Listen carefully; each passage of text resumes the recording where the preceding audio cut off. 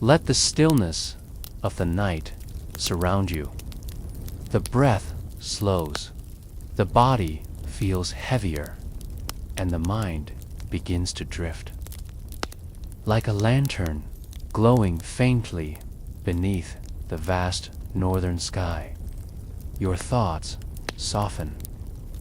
Tonight, you are invited to follow a gentle path into the ancient Norse vision of the soul's journey after death. You will hear of halls beyond the stars, of meadows where the honored rest, of rivers crossed by shadows, and of the quiet mysteries of fate, not as a tale of fear, but as a lullaby of sacred memory. A story carried on the wind, like snow over forgotten fjords. As you listen, you may feel yourself walking softly through realms of myth, each one a resting place for the spirit. And slowly, as the stories unfold, you are guided deeper into sleep, where your own dreams become part of the ancient journey. Chapter 1: The Weaving of Fate, Norns, and the Thread of Life Beneath the Roots of the World Tree. Yggdrasil, the first stirrings of destiny unfold. There, in the hidden realm where roots stretch deep into soil and water, the Norns gather. They are not loud, not dramatic. Their presence is quiet, like a river moving under ice, steady and unyielding in Norse belief. Every life begins not with a cry, but with a tying of a thread. The Norns take that thread in hand, and with their loom, they weave it into the greater fabric of existence. This is where fate is born, not as a storm crashing down, but as a gentle line carried forward, crossing, binding, and bending in two the lives of others. The Norns are 3 in number, though some stories whisper of many more. The first is Ord, whose name means that which has become. She tends to the past, the deep soil of what has already been lived. The second is Verdandi, that which is becoming, who holds the present moment as if it were a breath. And the third is Skuld, that which shall be, the keeper of what is owed, the unseen horizon of tomorrow. Together they sit at the base of Yggdrasil, beside the sacred well of Ord, where waters hold the memory of all that was and all that is yet to come. The Norse did not imagine life as a wandering path chosen at will. They saw it as a thread, fragile yet firm, shaped by these silent weavers. When a child enters the world, the Norns measure out the length of its thread. They decide how long it will run, how strong it will hold, and where it will one day end.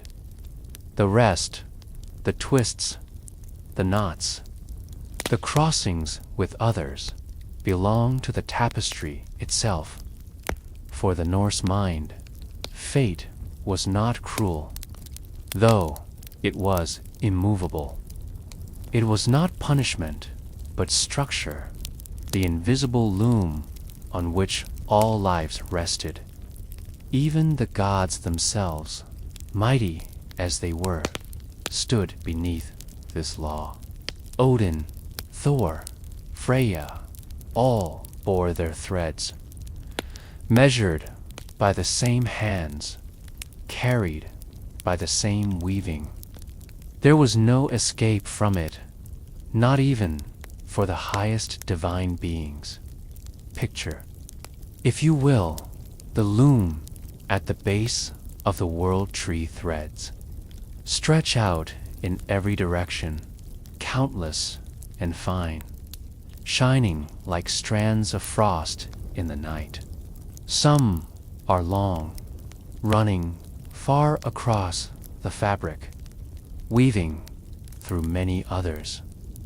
Some are short, bright, but brief, cut before their colors deepen. Together, they form a vast design.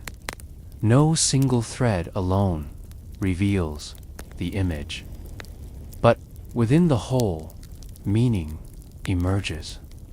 The Norse lived with this vision of fate not as a burden, but as a steady truth. A farmer sowing grain, a warrior taking up arms, a child listening to stories by the fire, all knew their thread was already measured. This did not erase choice, but it shaped how choice was seen. To choose was not to alter fate, but to live it fully, to move with strength and honor through the thread already laid. When one died, it was not random. The Norns had measured the thread at birth. Its end had always been there, waiting, folded into the weave from the very start. A death in old age, a fall in battle, a passing in sleep, each was seen as the natural completion of the thread's design. Thus, even grief carried within it a strange kind of acceptance. The Norns had cut the thread, and the weave continued, whole and unbroken. The Norns themselves were beyond good or evil. They were not deities to be worshipped, nor spirits to be feared. They were inevitability itself, the way rivers run downward, the way seasons turn. To the Norse, they were closer to forces of nature than to personalities. No plea, no prayer could sway them. The loom did not stop for begging hands, and yet this did not leave life empty. Instead, it gave life its sacred weight. If the length of the thread is fixed, then what matters is the color one brings to it, the strength with which it crosses the fabric. Courage, kindness, loyalty, these gave depth to the weave, making each thread shine more brightly as it found its place. Among the rest, the loom of fate does not hum or roar. It is silent. Its sound is the rhythm of existence itself, steady, invisible, constant. In the stillness of night, the Norse might imagine it, a soft weaving beneath the roots of the world tree, a reminder that their lives were part of something vast, far greater than any single choice or fear. You begin to picture your own life in this way. A thread, delicate but steady, running through the unseen tapestry. It crosses with others, family, friends, strangers who appear only once. It knots, it bends, it smooths out, it is not wasted. It cannot be. For every thread has its place.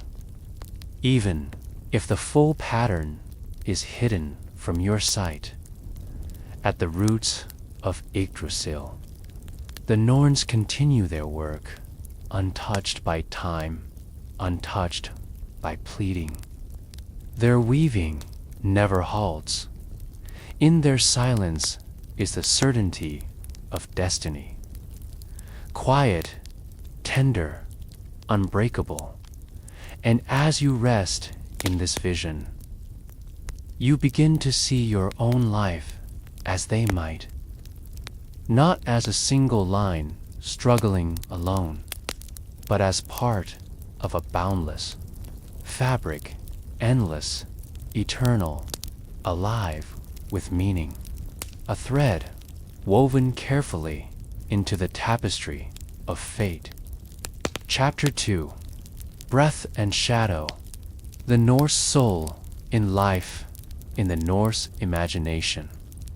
The soul is not a single flame held inside the body. It is a collection of elements drifting and overlapping like breath and shadow, each carrying a different part of who a person is. These layers do not separate easily, yet they never merge into one. Together they form the whole of a life, fragile yet enduring. The first of these is the hugr, the mind, or the seat of thoughts and feelings. It is the restless current that moves through every choice, every mood, every surge of desire or fear. For the Norse, the hugr was not hidden. It could be sensed by others, shining through a person's presence.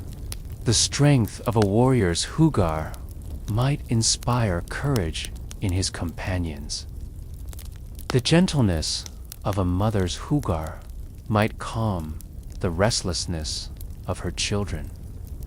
To know someone was to sense their hugr, as if their very thoughts carried a subtle weight that touched the world around them. Yet the hugr was not fixed. It could shift like the wind, strengthening or faltering with time and trial. A person with a weak hugr might appear uncertain, lacking in spirit. One with a powerful hugr might seem unshakable, as if their will alone shaped events. In sagas, it is often said that a person's hugr could be so strong it reached beyond their body, carrying their presence into dreams or across distances. It was the living current of selfhood, never still, always moving. The second layer was the hamingja, a word often translated as fortune or luck. But this fortune was more than chance. It was almost a living force, bound to families, inherited across generations, and carried by individuals like an unseen companion. The hamingja could be great, lifting a person into honor and prosperity, or it could be thin, leaving them vulnerable to misfortune, no matter how skilled or strong they appeared. Unlike the hugr, the hamingju was not simply personal. It belonged also to kin, passing down from ancestor to descendant, flowing through bloodlines. A powerful family was believed to carry a great hamingja, giving its members an invisible strength in battle, trade, or leadership. When a chieftain succeeded, It was said his haminja protected him when a warrior fell against all odds. It was often explained that his haminja had weakened. The Norse did not see fortune as random. They saw it as part of the soul structure, as real and weighty as the body itself. One might nurture haminja by living honorably, protecting kin, and giving generously. In turn, their descendants might inherit a stronger flow of it, carried silently into their own lives. The third layer was the filja, the follower. This was the spirit guardian, a shadow-like companion tied to the soul. The filgia could appear in dreams, often in the shape of an animal, a wolf, a bear, a fox, or even a bird. Its form was said to reflect the inner nature of the person it followed. A warrior's filgia might appear as a bear, fierce and grounded. A cunning leader's filgia might come as a fox, quick and clever. The filgia was not a pet, nor a servant, but a mirror of being, bound to the person's life thread. The presence of a filgia carried both comfort and warning. To see one's own filgia in a dream was a reminder of inner strength. But to see it in waking life, outside of dreams, was an omen, a sign that death might be near, that the thread was soon to be cut. For this reason, tales of filger often carry a weight of both intimacy and fear. These three, hugr, haminja, and filja, do not exist apart from one another. They drift like mist around the body, yet each stays tied to its host. They create a vision of selfhood that is layered, porous, and always moving. The Norse did not imagine identity as a single, solid point. They saw it as a collection of forces, some inward, some outward, all shaping the life that unfolds. Consider how different this is from the idea of the soul as a simple spark hidden inside. In Norse thought, the self is not only inward, it extends into the unseen, into luck that stretches across generations, into spirit companions that move with a body, into thoughts that ripple into the air around them. Life is both inner and outer, woven together in layers that cannot be separated. You begin to sense your own life in this way. Your thoughts shifting like weather, rising and falling. Your fortune sometimes carrying you forward with ease, sometimes leaving you to struggle against the weight of circumstance, and perhaps somewhere in the hidden quiet, a presence that has always followed you, unseen, yet bound to you as surely as your shadow. In this layered vision of being, identity is not fragile. It is vast, spilling beyond the skin, touching both. Ancestors and descendants, linking each person to something larger than themselves. To live was to carry these forces, to honor them, to allow them to shape a life that was more than flesh and bone. And so the Norse walked through the world with the sense that they were never entirely alone. Their hugr touched others. Their hamingja carried the strength of kin. Their filja moved silently beside them, waiting in shadow.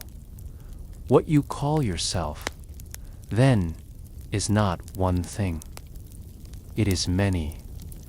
Breath and shadow, thought and fortune, presence and guardian, all drifting, all connected, all alive within the great weave of being. Chapter 3.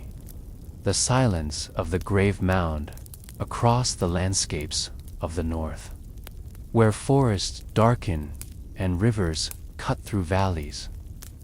There rise small hills that do not belong to nature alone. They are grave mounds, silent markers of lives once lived. Some stand alone in quiet meadows. Others gather in groups, shaping fields into a soft geography of memory. To the Norse, these were not simple graves. They were thresholds, places where the living world brushed against the realm of the dead. The mound itself was shaped with care. Earth was piled high over the body, sometimes so large it resembled a natural hill. Passers-by, the mound could be mistaken for part of the land, but those who knew remembered. Each curve of earth, each raised outline, spoke of a person who had once breathed, fought, loved, and died. The mound was not only a resting place, it was a sign, a marker of presence, dignity, and memory. Among the most striking of Norse burial practices were ship burials. Here, the dead were laid to rest not only in earth, but within vessels that had once touched the sea. The ship was pulled ashore, settled in the ground, and covered with soil and stone until it became both tomb and monument. The symbolism was clear. The ship carried the living across waters, and so it would carry the dead across the unknown seas of the afterlife. In this way, the voyage never ended. Inside the mound, treasures were placed. Weapons, ornaments, tools, even animals were buried beside the one who had died. These grave goods were not meaningless. They spoke of preparation, a belief that, in whatever awaited beyond, the dead might need strength, wealth, or companionship. A warrior might be buried with his sword, polished and gleaming. A woman of high standing might rest with brooches, beads, and household tools that marked her role and dignity. In some graves, whole wagons were found, as though the journey ahead required not just walking, but the full dignity of arrival. The meaning of these offerings ran deep. They were not gifts to the dead in the way one gives a trinket to the living. They were continuations, affirmations that life extended beyond death. What mattered in life, honor, beauty, skill, and belonging mattered still in the unseen world. To send a person unprepared would have been unthinkable. To clothe them in riches, to place at their side what defined them, was to ensure they remained whole as they crossed the threshold. The act of burial itself was a ritual. Fires burned, sacrifices were made, and words were spoken that bound the moment into memory. At times, slaves or animals were killed and placed in the grave, their lives offered to accompany the one who passed. Though such acts appear harsh through modern eyes, to the Norse they reflected loyalty and continuity. The dead would not walk alone. Even in death, kinship endured. Imagine now standing before one of these mounds. The sun dips low, painting the horizon with muted fire, and the mound rises like a quiet hill. Its curves are softened by grass and moss, yet its presence is unmistakable. It is not empty. It holds a body, treasures, symbols, and memory. The air is heavy with stillness, as though the land itself pauses in respect. For the Norse, such places carried weight. They were not abandoned once the burial was complete. The living returned to them, to honor, to speak, to ask for favor. The dead, though silent, were believed to hold power. Their spirits could bless or curse. Their memory could strengthen the family or remind it of past debts. The grave mound was both a tomb and a subtle temple, a place where the lines between the living and the dead blurred. In some tales, the dead were said to stir within their mounds. These were the draugr, the restless ones who rose in the night. They were not ghosts, but physical, corpse-like figures, bound to the earth, yet unwilling to release it. To meet a draugr was to meet a deathly force, heavy and relentless. They guarded treasures, punished intruders, and haunted those who had wronged them. Such stories reveal that the Norse saw burial not as an absolute end, but as a threshold charged with possibility, both blessing and danger. Ship burials, grave goods, and mounds were not only practical rituals. They were reflections of how the Norse understood continuity. Death did not erase identity. It carried it forward. The sword, the brooch, the wagon, the ship all became bridges into what lay beyond.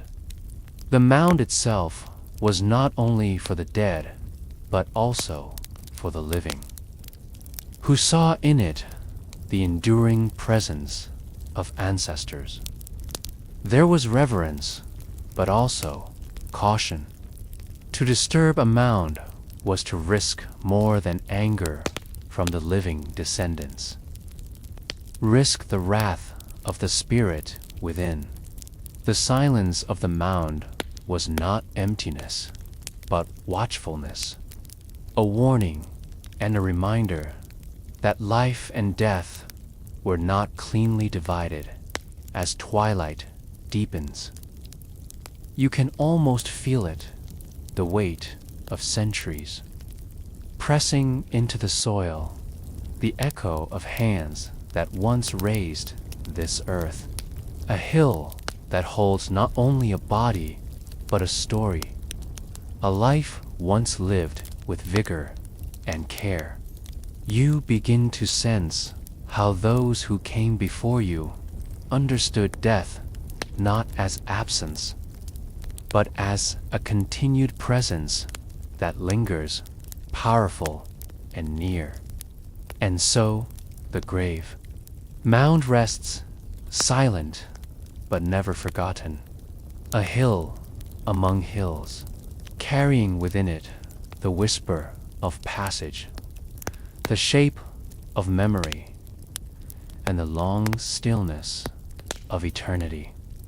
Chapter 4. Hell, the misty realm of the dead. When a Norse soul leaves the body, it does not always ascend to halls of glory or fall into torment. Most do not fight their way to Valhalla, nor sail with Freya to her field of the chosen. 4. The ordinary lives, the farmers, the weavers, the children, the travelers whose deaths came without battle, the soul descends. It moves downward into the earth toward the realm called Hell. Hell is both a place and a presence. It is ruled by the goddess who shares its name, daughter of Loki. Born with a body that is half living flesh and half the pale stillness of the grave. She embodies the truth of her domain, part belonging to life, part claimed by death. Yet she is not cruel. Her realm is not built for punishment. It is built for stillness. The Norse described hell not as fire, but as cold. It lies beneath the roots of Yggdrasil, distant from the warmth of the sun. There, the air is heavy, filled with mist and frost. The ground is barren, the skies dim, the horizon unchanging. It is a place where time moves differently, not in seasons of growth and harvest, but in endless quiet, like a winter that never thaws. To enter hell is not to suffer. It is to drift. The dead do not scream. They do not struggle. They move through the mists with a calm as deep as snow lying untouched on a field. Life's noise, the hammer of work, the clash of battle, the laughter around the hearth is set aside. What remains is stillness. This was not seen as cruel by the Norse.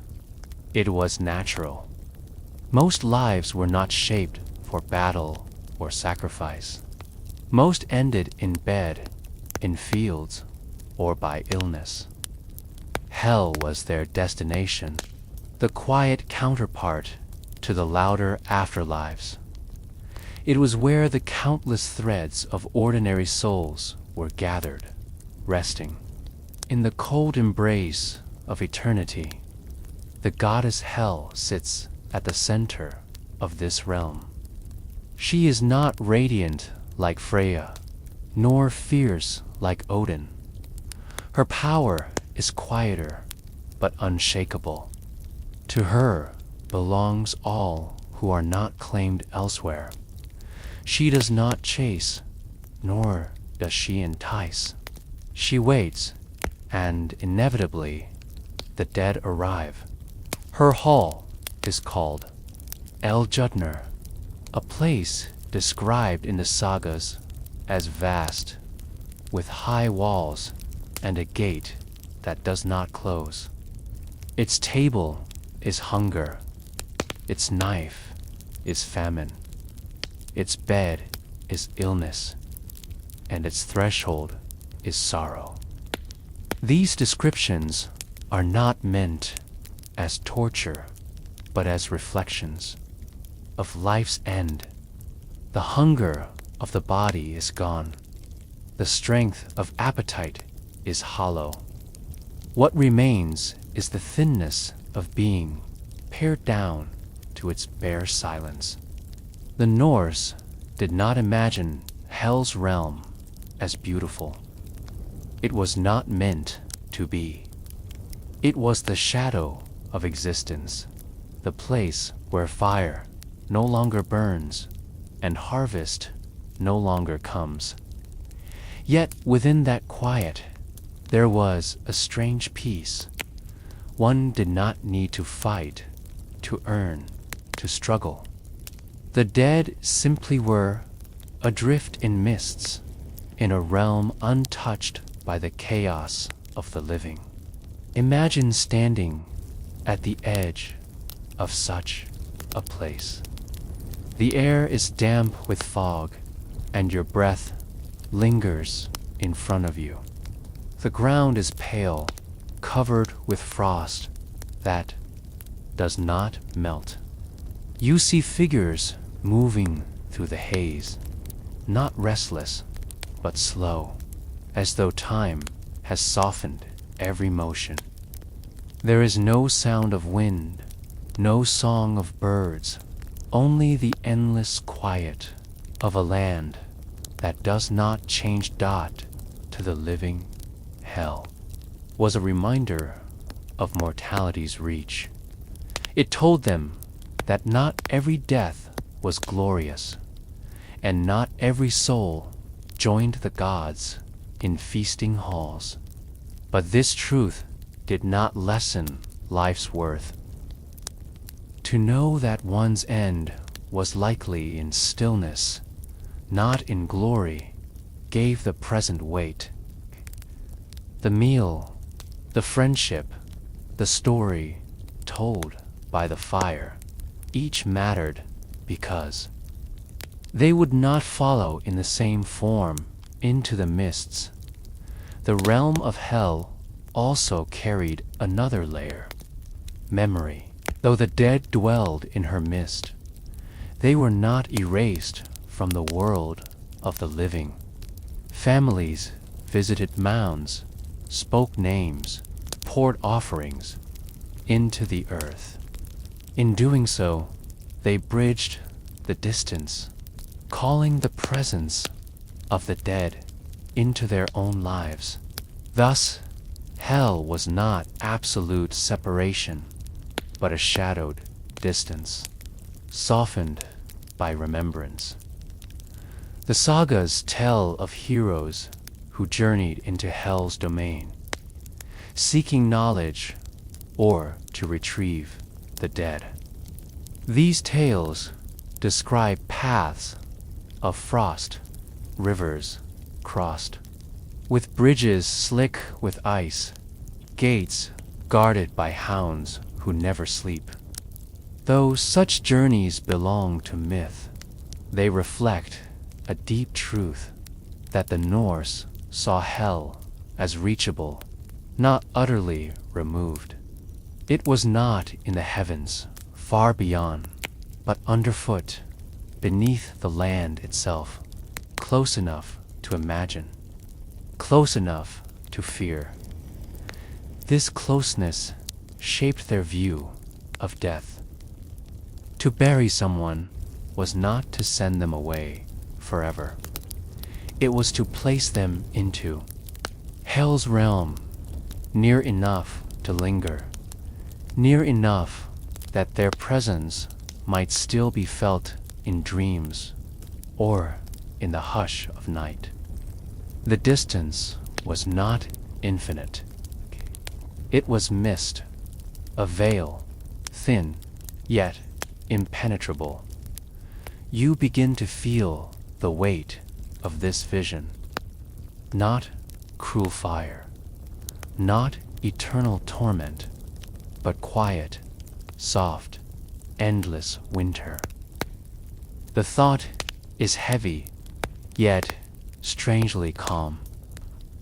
For within that stillness is freedom from struggle, freedom from striving, a final rest where even sorrow is softened into silence.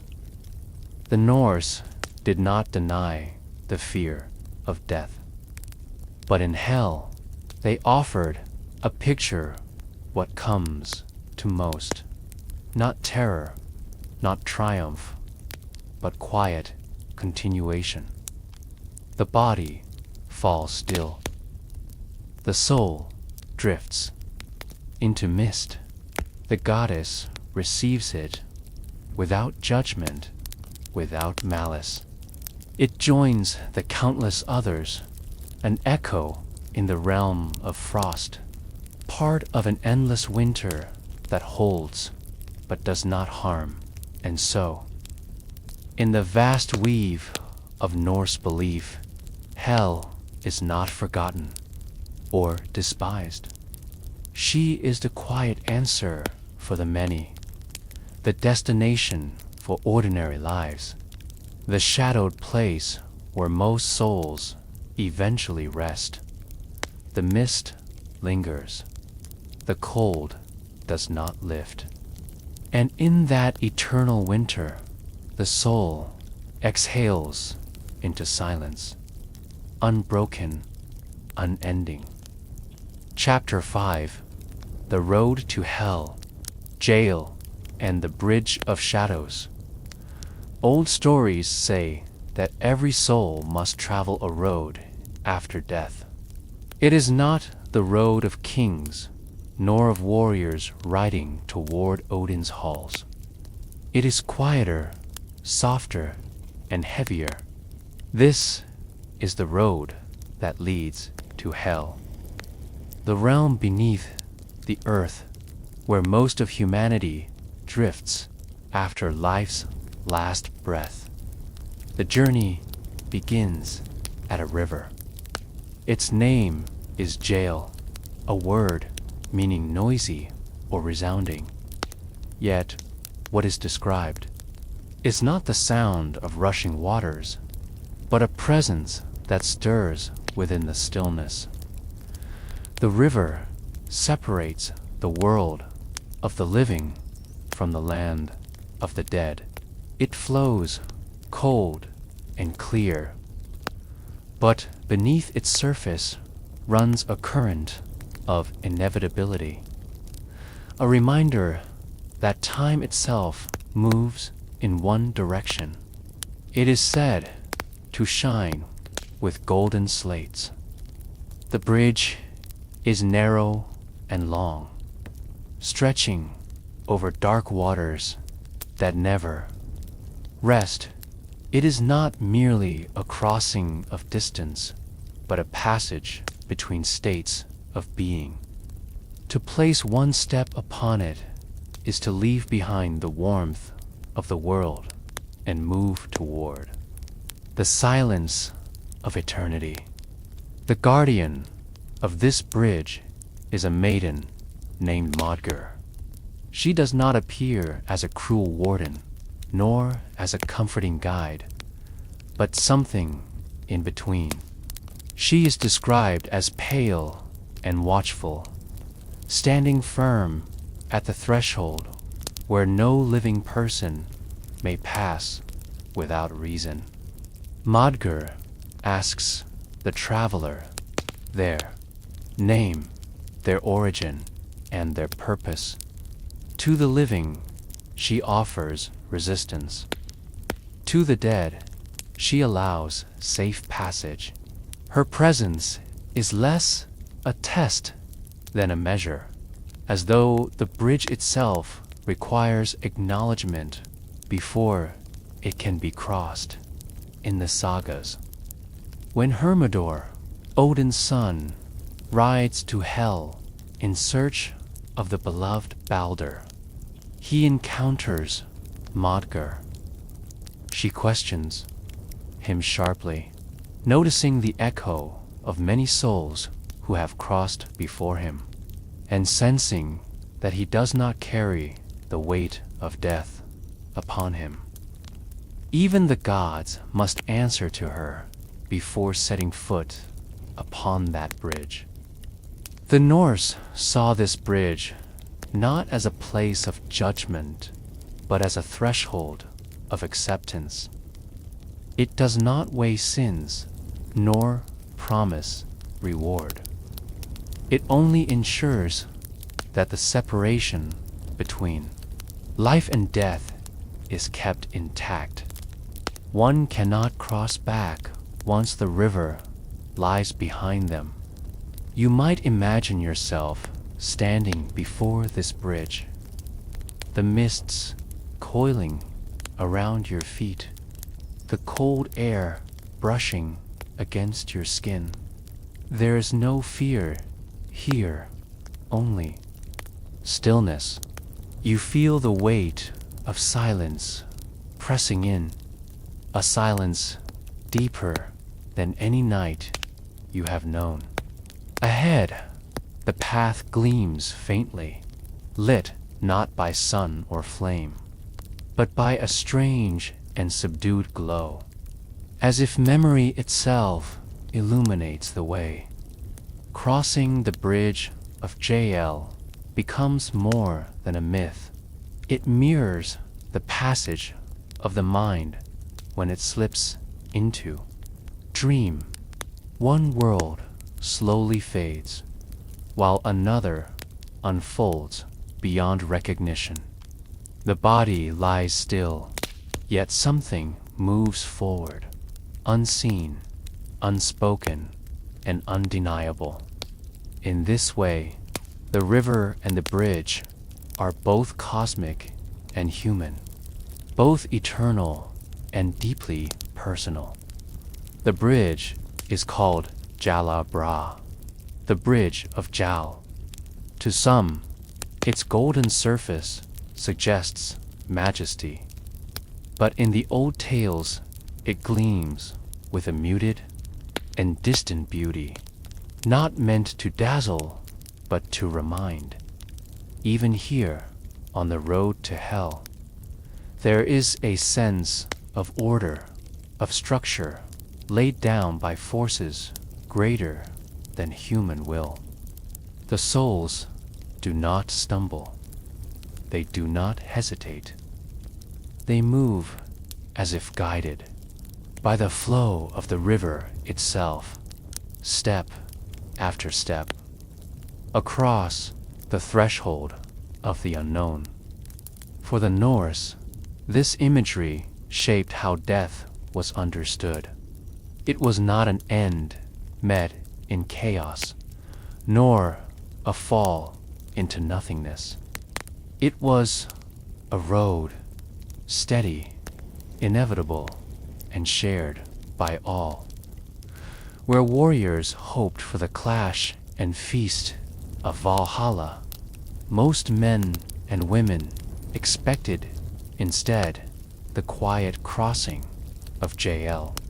They saw in it a dignity of its own, a place where every soul, no matter how small or forgotten, walked the same path beneath the watch of Modgr. The crossing also carries a subtle warning. To the living, it is impossible to reach hell by force of will or reckless desire. The bridge cannot be crossed until life's thread has been cut. The living who try will always be stopped, as Hermodr was challenged, as every wandering spirit is turned away. The river demands truth, and only those who carry the weight of death itself may move across. And so, Yggdrasil and its bridge remain more than myth. They serve as an image of the human threshold, that moment where the known world slips away and another begins. In the stillness of night, when the body grows heavy and the mind drifts, you can sense something of this journey. A small rehearsal of the soul's greater crossing. The old poets leave us with a picture of shadows, moving quietly across golden slates, each step carrying them further from the warmth of breath and deeper into the calm embrace of hell's realm. The bridge stands timeless, an unchanging path across waters that never cease to flow. To imagine it is to imagine the still boundary between two worlds. The Norse believed that the soul, upon leaving the body, does not vanish into the air like smoke. Instead, it takes this solemn journey. Step after step, each crossing soul becomes a thread woven into the quiet fabric of hell's domain. The river Gel itself is not a gentle brook. Its name tells us it resounds, that it carries a weight of sound that is not merely the movement of water, but something more haunting, the echo of all who have crossed before. To the living ear, it may seem like distant thunder rolling endlessly, or the rumble of waves breaking upon a shore far away. Yet, to the soul, it is a reminder the world behind is closed, and the road ahead must be taken in many traditions. Rivers mark boundaries. The Greeks spoke of the Styx and Acheron, while the Egyptians told of Nun and the waters of the underworld. But the Norse river is not one of torment or fire. Gale flows cold, like northern streams cutting through stone, fed by unseen sources beneath the earth. Its chill is not of punishment, but of inevitability. To stand upon its bank is to feel how vast and untouchable death is. A presence that asks nothing, yet takes everything. Across it lies Jalabra, the bridge of golden plates. Imagine how the golden slates might glimmer faintly beneath the fog, each tile carrying the soft reflection of the river's restless current. Gold, in this context, is not treasure. It is not wealth hoarded by kings. It is permanence, incorruptible by time. Even when the world ends at Ragnarok, the old songs suggest the bridge will remain. Modgr stands at its gate. She is one of those figures who appears only in passing within the old sources, yet her presence lingers in the imagination. A young maiden, pale and strong, her role is not to fight nor to condemn. She asks, simply, who approaches and why. She knows the difference between the weightless step of the living and the heavy tread of the dead. To those who do not belong, she becomes a barrier. To those who do, she fades back into stillness.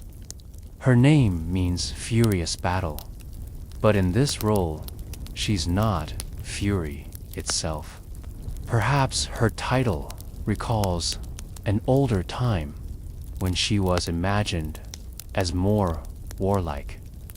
But here, on the road to hell, she embodies a different aspect, the silent certainty that the gatekeeper must hold. She is not cruel, yet she does not yield. Is no tricking her, no bypassing her watch. For every crossing, she is present. The prose Edda recounts that when Hermodor sought Hel to plead for Baldr's release, he reached this very bridge. Modgr confronted him, asking why his horse thundered so loudly compared to the soft procession of the dead. She told him plainly that Baldur had already passed. Even a god, even a son of Odin, was made to answer to her. In this, the Norse tales whisper that no one escapes the order of death. For the countless ordinary souls, however, no such dialogue is needed. Their steps are quiet, their passage already assured. You might picture them not as crowds, but as a slow stream of shadows, each separated from the next by invisible space. They do not stumble. Time no longer presses them, for on this road, time has already been surrendered. What must it feel like to cross such a bridge?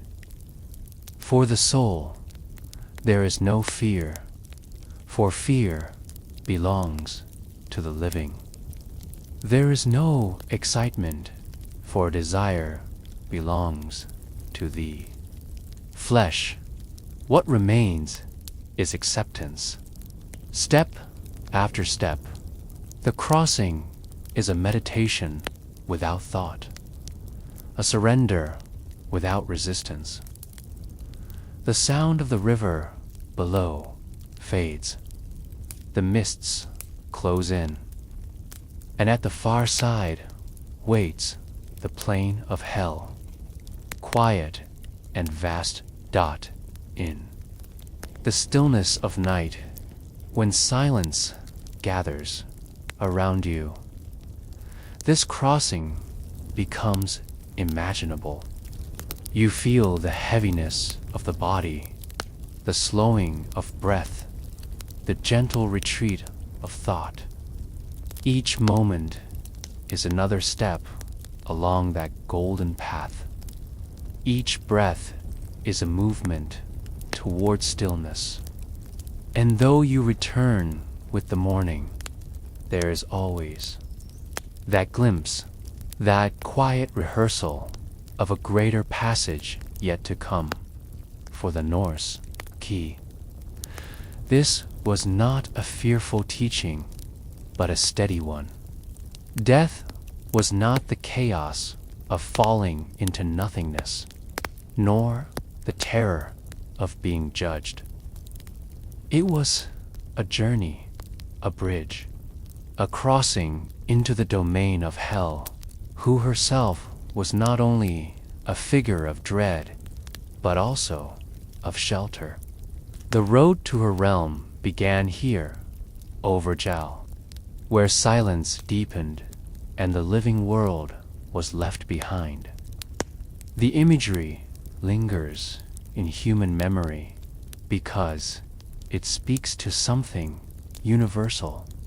Everyone, no matter their station, must someday stand upon this bank. Kings and farmers, warriors and children, all will see the mist, the river, and the bridge. All will meet the silent gaze of Modgr. All will walk across the shining slates, step by step, until the far side is reached. And when the soul finally leaves the bridge behind, the silence that surrounds it does not feel empty. It feels complete. The river flows on. The bridge waits, patient as stone. And somewhere in the distance, the echo of countless footsteps fades into stillness.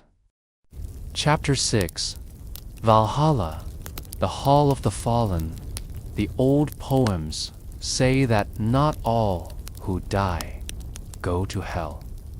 Some are chosen, some are lifted from the battlefield and carried across the sky. This is Valhalla, Odin's Hall, the golden refuge of warriors who meet their end with courage. But Valhalla is not merely a reward for bloodshed. In the Norse vision, it is a continuation, a gathering, a belonging that stretches beyond death. To understand this place is to understand how the Norse held life, war, and death as part of the same woven pattern. The Valkyries are the first to appear in this journey. Their name means choosers of the slain. They move unseen through battle, selecting not the strongest or the most violent, but those whom fate marks. A warrior might swing a blade with fury, but if it is not their time, the Valkyries pass them by. Another might fall suddenly, unexpectedly, and in that instant, the Valkyries are there to be chosen, is not to be abandoned. In the songs, the Valkyries lift the fallen gently, carrying them beyond the field of blood into the shining realm above. Their horses move swifter than the wind, hooves echoing like thunder. In this image, death is not loneliness. It is an escort, a passage accompanied by figures of strength and grace. The hall itself is described with awe. Snorri Sturluson, writing in the Prose Edda, tells us Valhalla has 540 doors, each 800 warriors may stride side by side when Ragnarok comes. Its roof is made of shields, its rafters of spears, its benches lined with coats of mail. Yet even in these details of war, there is warmth. The walls are golden, the light endless. It is a hall both fierce and welcoming. Imagine the moment of arrival. The fallen warrior, carried by Valkyries, sees the hall rising from the plain of Asgard. Its shape gleams in the distance, more vast than any earthly hall. Around it, the air is alive with sound, the laughter of companions, the clash of practice, the call of horns dot inside. The Einherjar, the once fighters, the lone fighters, gather. These are the chosen dead, but they are not solitary. Here they find one another again. The pain of their last moments, the weight of their wounds is gone. They rise whole, unbroken, and welcomed. Each day in Valhalla follows a rhythm. The warriors train and clash, swords ringing and shields splintering. But unlike the wars of earth, there is no fear of final loss. When the day ends, wounds heal. The fallen rise again, renewed. It is a cycle without despair, for the purpose is not destruction, but preparation. For what are they preparing? For the last battle, Ragnarok, when the gods themselves will stand against the forces of chaos. The Einherjar are not wasted in endless rest. Their strength builds, their bonds deepen, their readiness grows. It is a long waiting, but it is not empty. And yet, Valhalla is more than training. It is a place of feasting. Each evening, the hall fills with song and story. The cook Endrimner prepares the great beast, Esrimner, who is eaten each night and reborn each morning. The mead flows not from casks, but from Heyrin, a goat who feeds upon the leaves of the treeler and gives endless drink. In this way, no hunger or thirst remains. Think of the comfort in this vision. After the harshness of life, after cold winters, failed harvests, and wearying battles, the soul enters a hall where food never runs out, and music echo without end. The warriors sit shoulder to shoulder, not as strangers, but as kin bound by fate. Valhalla, then, is not imagined as violence rewarded. It is reunion. It is belonging. A warrior dies alone in the field, but in death, he is not alone. He is gathered. He is welcomed among equals. The hall is not filled with strangers, but with companions who know what it means to have given everything. This idea reveals something about the Norse spirit. To them, death in battle was not the glorification of killing. It was the acceptance of risk, the giving of one's life for something beyond oneself. The warrior who died this way did not vanish nameless into the earth. They became part of a greater fellowship. There is a spiritual intimacy in this image. Imagine the sound of hundreds of voices rising in song after the day's trials.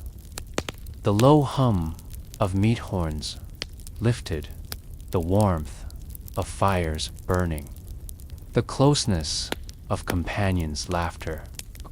The hall is vast, but it does not feel empty.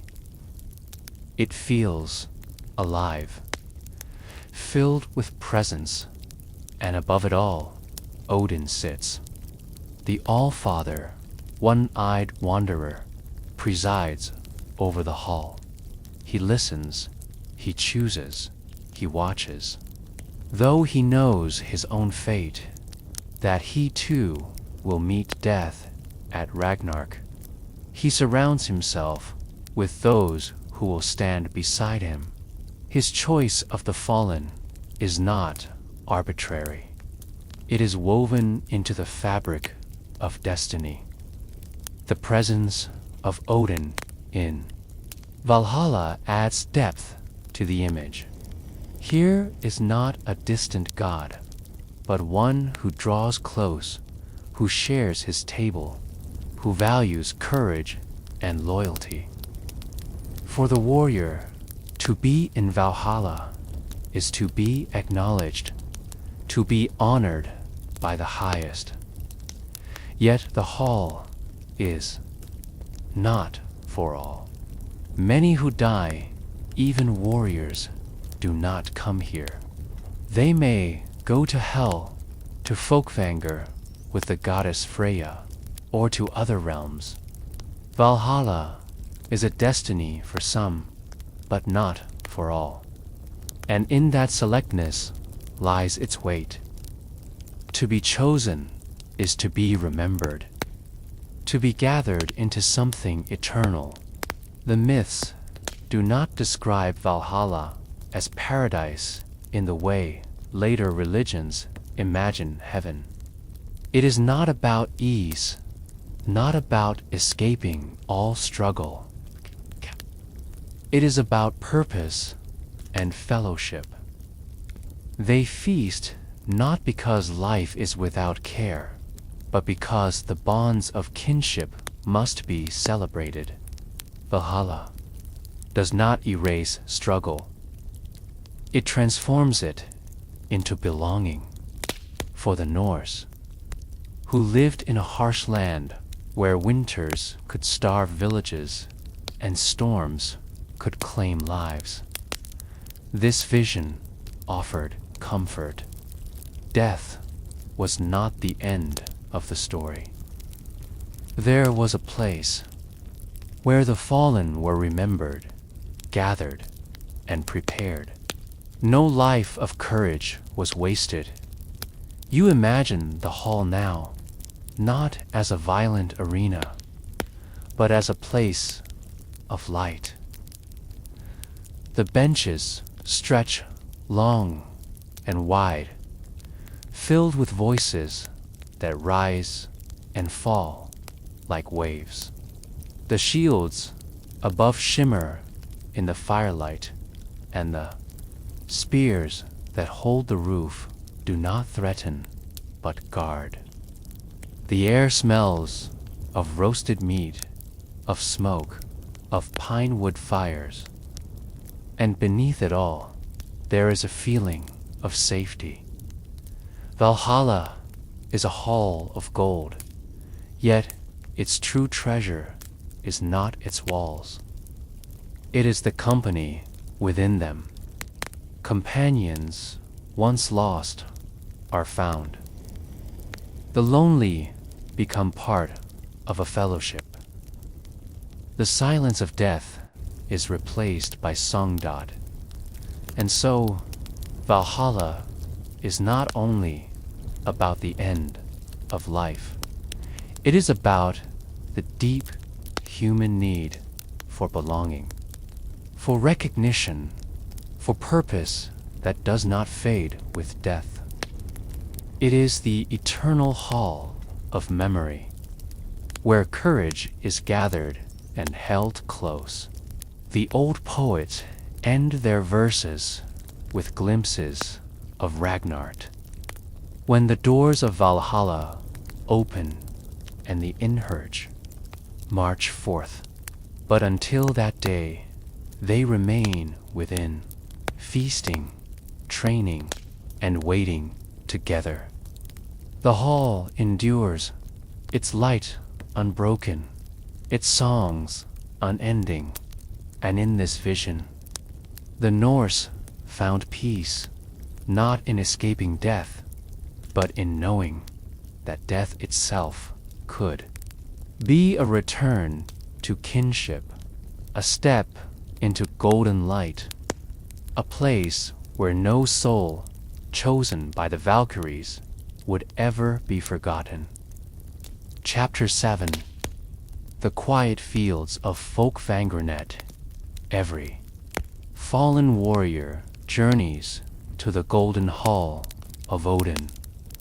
In the balance of Norse belief, another path opens, quieter and softer. It is the realm of Freya, the goddess of love, beauty, and hidden power. This place is called Fólkvangr, the field of the people. The myths tell that half of those who die in battle go to Valhalla. The other half belong to Freya, who welcomes them into her own lands. The numbers are not given, the choice not explained. But the division itself reveals something sacred, that death does not gather all into one place, but spreads them between different homes of eternity, where Valhalla is a hall of feasting, of preparation for the world's last battle. Fólkvangr is a field, a wide, unbounded meadow where dusk seems never to end, a place where quiet replaces the clash of steel, where the air is thick with a gentleness untouched by time. The sources of Norse myth say little about this realm. The poetic Edda mentions it briefly, describing that Freya chooses half of the slain and takes them to her hall, Sessrumnir, but beyond that, the stories grow faint. Unlike Valhalla, with its vivid images of warriors and shields, Fólkvangr is more a suggestion than a description. It leaves space for the imagination, a realm defined by tone, by atmosphere, rather than detail. You begin to sense that this absence is not neglect, it is intention. For Fólkvangr is not a place to be shouted about in song. It is a place to be felt as one feels the warmth of dusk upon the skin, or the stillness of a meadow after rain. Freya herself reflects this balance. She is not only a goddess of beauty and desire, but also of battle, of fate, of the mysteries that linger between life and death. She rides a chariot drawn by cats, yet she also wears the Brisnman necklace, heavy with brilliance. She is both fierce and tender, and so her realm, too, carries both strength and gentleness in Valhalla. Warriors raise their horns, their laughter echoing beneath high rafters of gold. In Fólkvangr, they walk quietly among the grasses. The clash of weapons has ended, but the memory of struggle is still honored. Here, it is not erased, but soft enfolded into the earth like seeds returned to soil. Imagine the fields stretching endlessly, the light never too bright, never too dim. A dusk that feels eternal, as though the sun lingers on the horizon, refusing to vanish completely. The air is mild, and the ground beneath the feet is soft, as if made for rest. It is not a place of preparation, but of arrival. The hall of Sessrumnir rests within these meadows.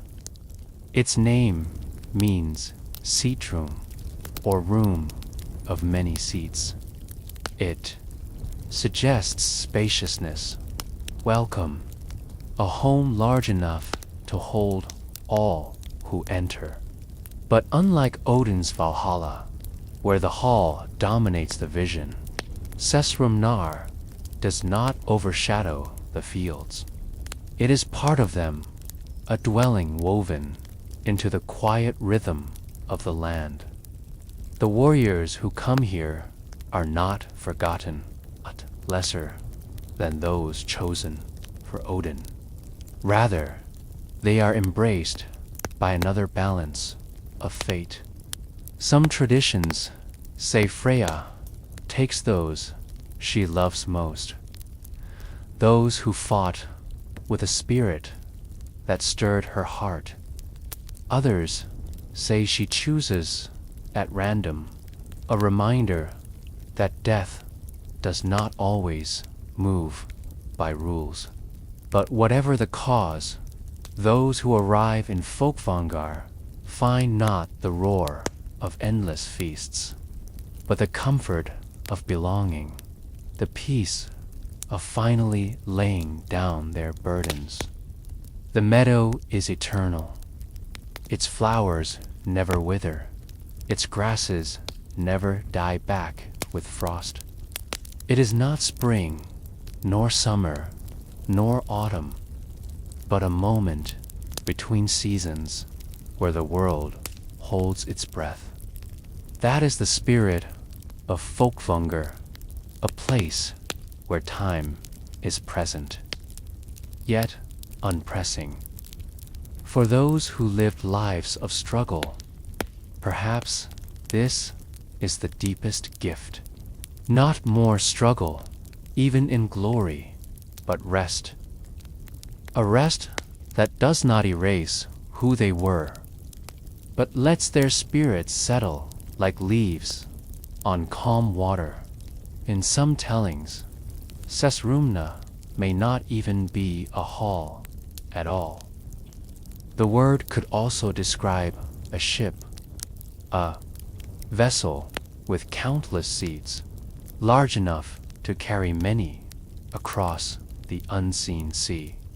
If so, then Freya's home may be both field and ship, both earth and voyage.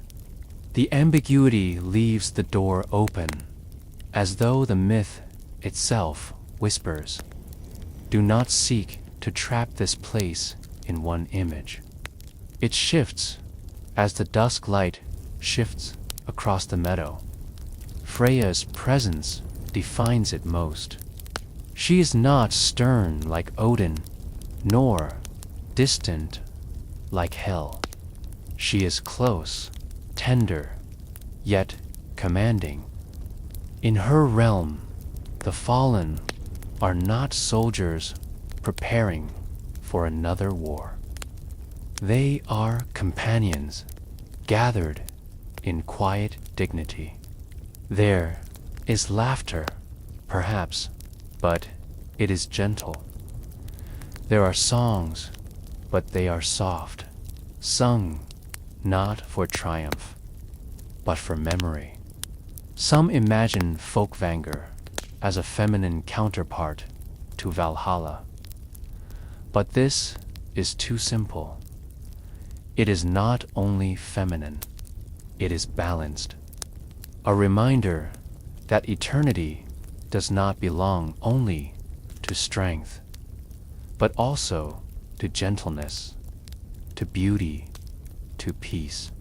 A warrior's life may have been spent in battle, but their afterlife can rest in fields, under the care of a goddess who sees more than the sword. You might imagine the spirits wandering here, not restless, but content. They walk among endless flowers or sit upon the soft ground, the light of dusk folding around them like a cloak. Some gather near Sessrumnar, its doors always open, its seats unending. Others remain in the meadow itself, choosing the silence of grass and sky. Each spirit finds their own place, without pressure, without demand. The Norse saw death as many-layered, not one single path for all. Some went to hell, some to the sea, some to Valhalla, and some to Freya's fields. This variety itself is wisdom. It shows that there is no single image of peace, no single answer to what comes after struggle. For some, honor is eternal preparation. For others, honor is eternal rest. And so Fólkvangr remains in the imagination, a space both named and undefined. Taps, it is better that way. A hall too clear, a description too fixed, would pin it down and make it small. Instead, the myth leaves it open, a meadow whose borders you cannot see, a field where the dusk is eternal, and where the goddess, who is both fierce and tender, welcomes the fallen into her embrace.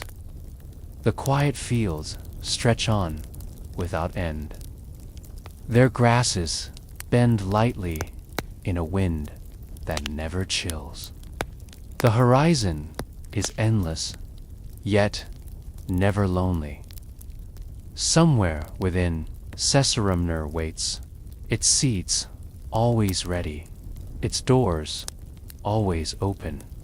And Freya herself, radiant and gentle, moves among the fallen, a goddess whose realm is not war, but peace. And so the myth lingers not as a story of noise or glory, but of belonging. Half of the fallen rest here, not forgotten, not lesser, but held in a balance as old as time. They walk in dusk. They rest in meadows. They live in the embrace of quiet fields. A question remains, soft and unresolved. If given the choice, would one seek the hall of endless feasting or the field of endless peace? Chapter 8. The Sea of the Dead. And Esnetha, Old Norse, knew the sea not as a border, but as a living power. It stretched endlessly before them, a path that could open riches or take everything away. Its winds carried traders, raiders, and explorers to distant shores. Its storms swallowed men without warning. For those who perished on the waves, there was no bright hall of feasting, no green field of peace. Their fate was entrusted to Rand, and as the goddess of the ocean depths, wife of Jazer, who brews ale for the gods in his vast hall beneath the waves, where Gyr's presence is tied to the abundance of the sea, the joy of harvest, and the celebration of drink. Ran is darker. She waits silently, patient, her wide net drifting in the deep currents. The foam, it is said that she gathers them in. Her net is not cruel, but it is inevitable. The Norse imagined it stretching wider than sight, threads woven through the tide, pulling the drowned into her cold embrace. For a sailor staring into the endless horizon, Rasnet was never far from thought. The sea was a constant companion for the Norse. It gave them food. It gave them passage. It gave them freedom. But it was also a graveyard. Unlike the death of the warrior on the battlefield, which promised either Valhalla or Fólkvangr, the death of the sailor belonged to the deep. The men who sank beneath the waves did not reach Odin's hall. Their fate was Rand's hall, a place of quiet shadows and water thick with silence. No ancient poem gives a full description of her realm. The Eddas, skaldic verses, and scattered sagas only give glimpses. A word here, a phrase there, like broken shells found on a shore. But in those fragments, her presence is unmistakable. She is feared, respected, invoked in offerings when ships set sail. Sailors once carried coins, or small pieces of gold to give to Rand.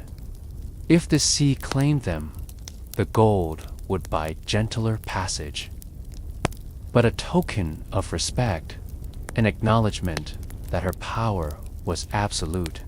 Imagine a storm rising on the northern seas.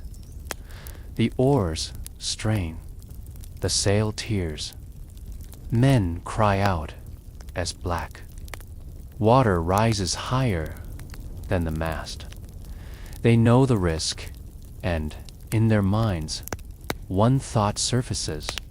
If they fall, they gather them swiftly. She is not a tormentor, yet her welcome is not soft in a way of Freya's meadows. It is the stillness of deep water, the pressure of silence, a darkness without horizon. To the living, it is terror. To the dead, it is surrender. The net that encasts is both a weapon and a cradle. It represents inevitability, the certainty that no life can escape the sea's claim when the moment arrives. Some stories even tell of her pulling men into the deep for no reason but desire, as though the drowned were pearls for her collection. In this way, she embodies both fate and hunger. The sea gives, the sea takes, and in Rand, those truths merge. Her name lingers in language. Old Norse kennings, poetic metaphors, often call the sea Rand's road, or Rand's bed. For skalds, to write of a voyage was to write of her shadow trailing behind the ship. Even when men returned home safe, they knew they had passed above her realm, just out of reach of her net. You can picture her not as a monster, not as a tyrant, but as an eternal figure. Her hull is not carved stone or gilded beams, but the quiet plains of the seabed. Her roof is the rolling surface, light bending down in rippling fragments. Her walls are made of pressure and tide, and in her hand the net sways, always ready, always open. For a restless mind, the image of that net can soften into something else, not a trap, but a release. The woven strands become like a hammock, swaying gently. The water presses like a blanket, cooling, calming, endless. There is no more struggle against the storm, no more fear of the unknown, only drifting like seaweed carried by a current. Deeper into stillness, the Norse were not strangers to fear, yet they shaped it into myth. In naming Ran, they gave the sea's danger a face, its silence a voice. To entrust the drowned to her was to say, nothing is lost, nothing vanishes without meaning. Even in the darkest water, there is a keeper, her daughters 9 in number. The wave maidens embody the movements of the sea itself. Each wave that rises and falls carries their breath. Each breaker on the shore is their laughter or their sigh. When men vanished into the depths, it was often said that the daughters carried them down, hand in hand. Until they reached their mother's hall, Ra's embrace was feared, but not hated. Like winter, like night, like night, like death itself. She simply was. The myths show no rebellion against her. There is no tale of her being overthrown or tricked. Her authority was permanent. Her net was wider than resistance. And so, when the northern winds screamed, when icy water rose over the planks of a ship, the last vision a man might hold was of Fran waiting below. Her arms wide, her silence complete, her net swaying gently through the endless sea. You may feel that image now, not as fear, but as quiet. The sea has no clock, no urgency, no border. Its depths hold the weight of time itself. And in that weight, there is calm. The drowned are not scattered or forgotten. They rest together in her keeping, a hall not of light or laughter, but of unbroken stillness. For the sailor, for the dreamer, for the restless mind, Wren's net is a place where all motion ends, not punishment, not reward, only the sea. Chapter 9. Helgafell, the sacred mountain of rest in the far reaches of Norse lands, where fjords cut deeply into the earth and forests rise like quiet guardians. There exists a mountain known as Helgafell, the holy mountain. It is a place apart, set aside from the bustle of villages, from the clash of swords, from the daily rhythm of life.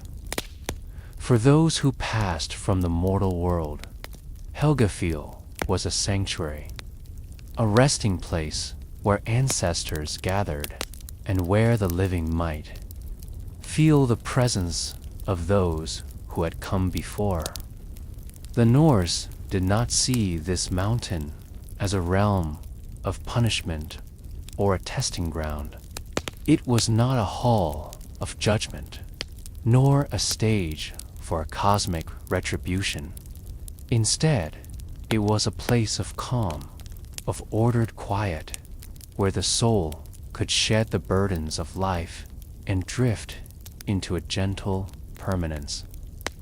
To ascend Helgafell was to step into the embrace of generations, a quiet lineage of human experience, layered and preserved like sediment in the stones themselves. Imagine approaching the base of the mountain at dawn.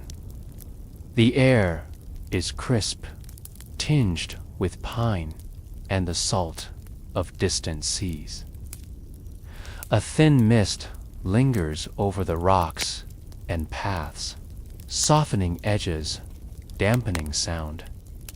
Each step upward is measured, careful, breath drawn and released slowly, as if the mountain itself demands mindfulness.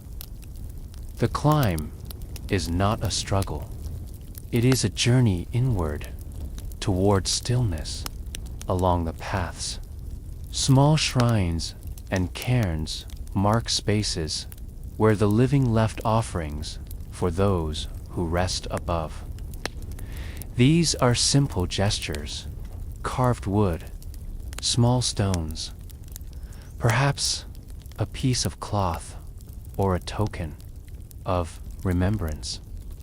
In these objects, the living connect to the dead, and the dead remain present, silently attentive, without expectation or judgment. Helgafell is a space where memory and reverence meet, where life's echoes linger without intrusion. At the summit, the view stretches wide and silent. The fjords gleam in early light. Forests flow like waves across the land, and distant mountains rise like sentinels. Here, the spirit finds a rhythm in the natural world, a quietness that mirrors the steadiness of the earth beneath. No trumpet calls, no feasting, no song of warriors, just the wind moving through rocks and trees, carrying whispers of countless lives and the soul itself. Suspended in calm observation, the Norse saw death as part of a cycle, not an end. Helgafell embodies this philosophy, representing continuity. Those who ascend do not vanish, nor are they isolated. They become part of the enduring structure of the mountain, part of the rhythm of the land itself. Time here is different, expansive, gentle, forgiving. Moments stretch and fold, and the restless beating of the heart can ease into a slow, deliberate calm. One can imagine the soul climbing step by step, each motion bringing release. The weight of grief, of struggle, of mortal responsibility diminishes with every breath. By the time the summit is reached, there is a sense of arrival that is neither triumphant nor mournful, but simply present. The soul has moved from the active world into a space where observation, memory, and quietude dominate. Helgafell also serves as a connection between the living and the departed. Pilgrims and travelers would climb its paths to leave messages, to offer thanks, or simply to breathe in the calm that the mountain offered. It was a place where life's concerns could be set aside, where the presence of ancestors might be felt. In the wind or the movement of clouds across the ridges.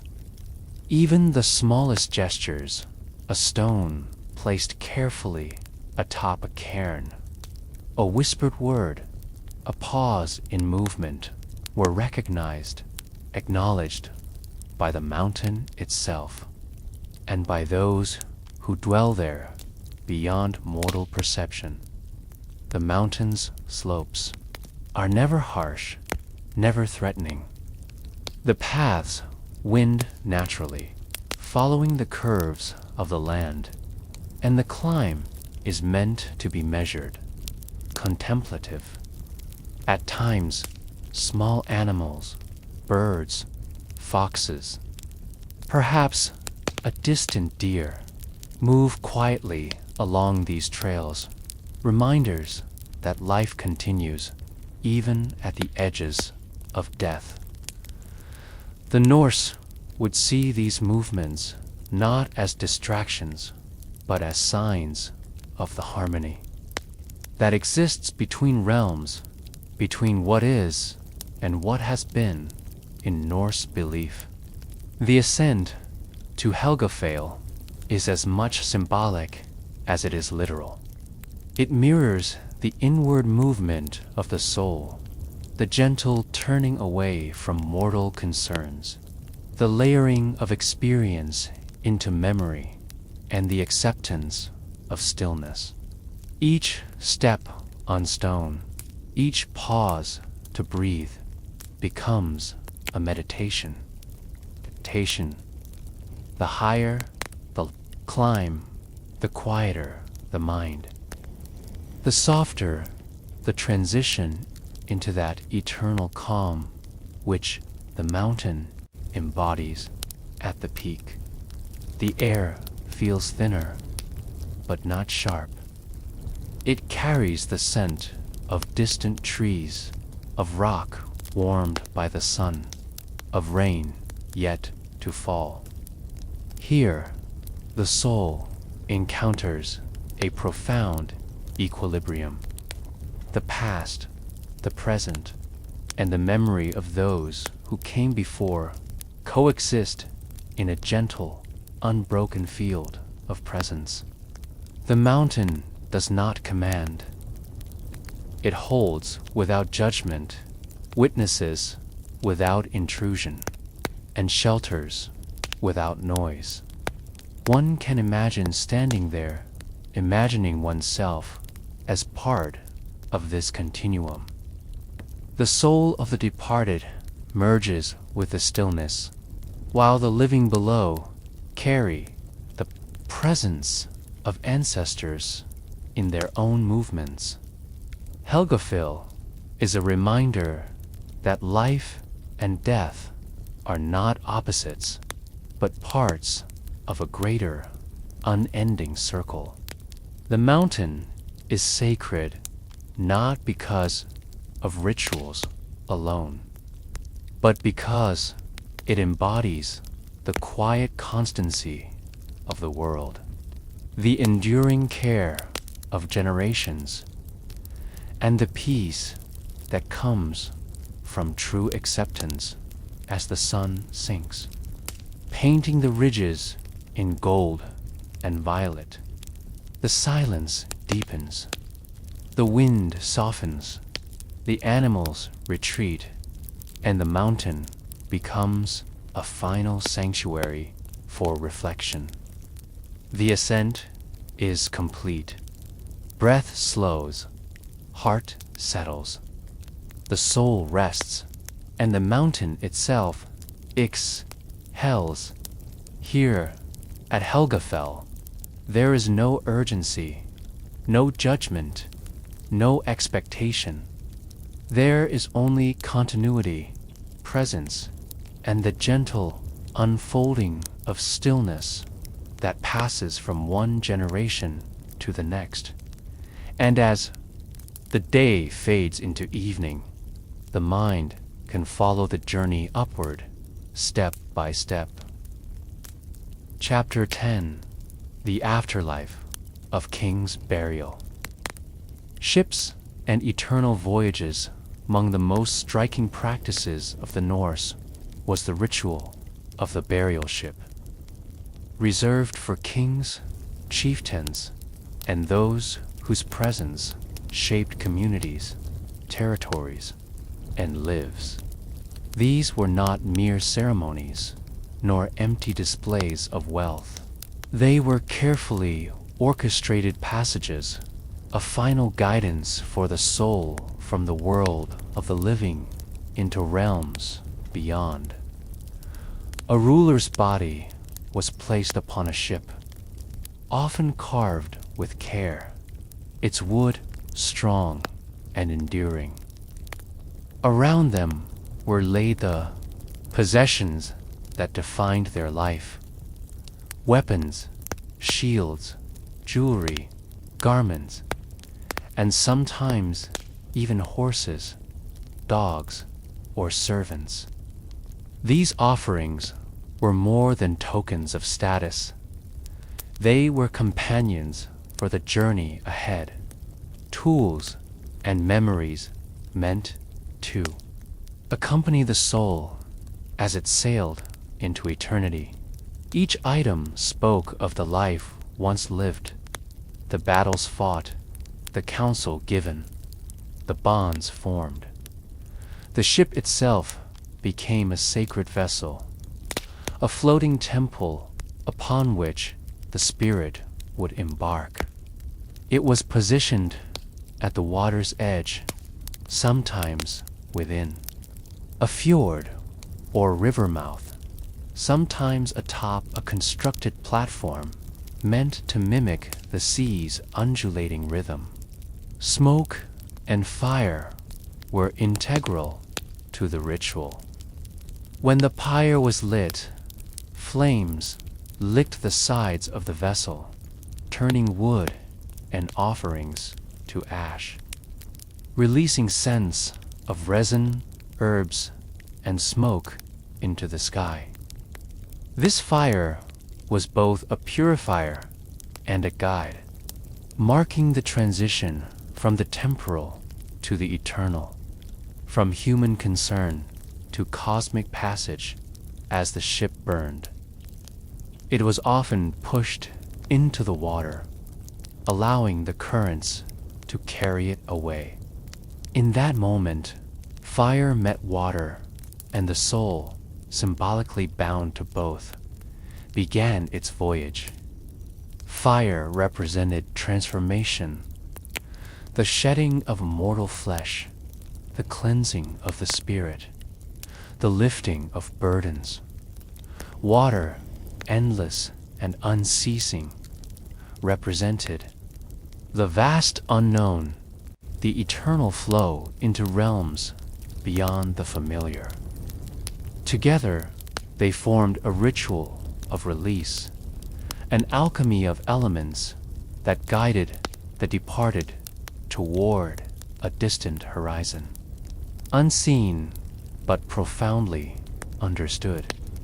The imagery of a burning ship drifting on dark waters carries a unique weight.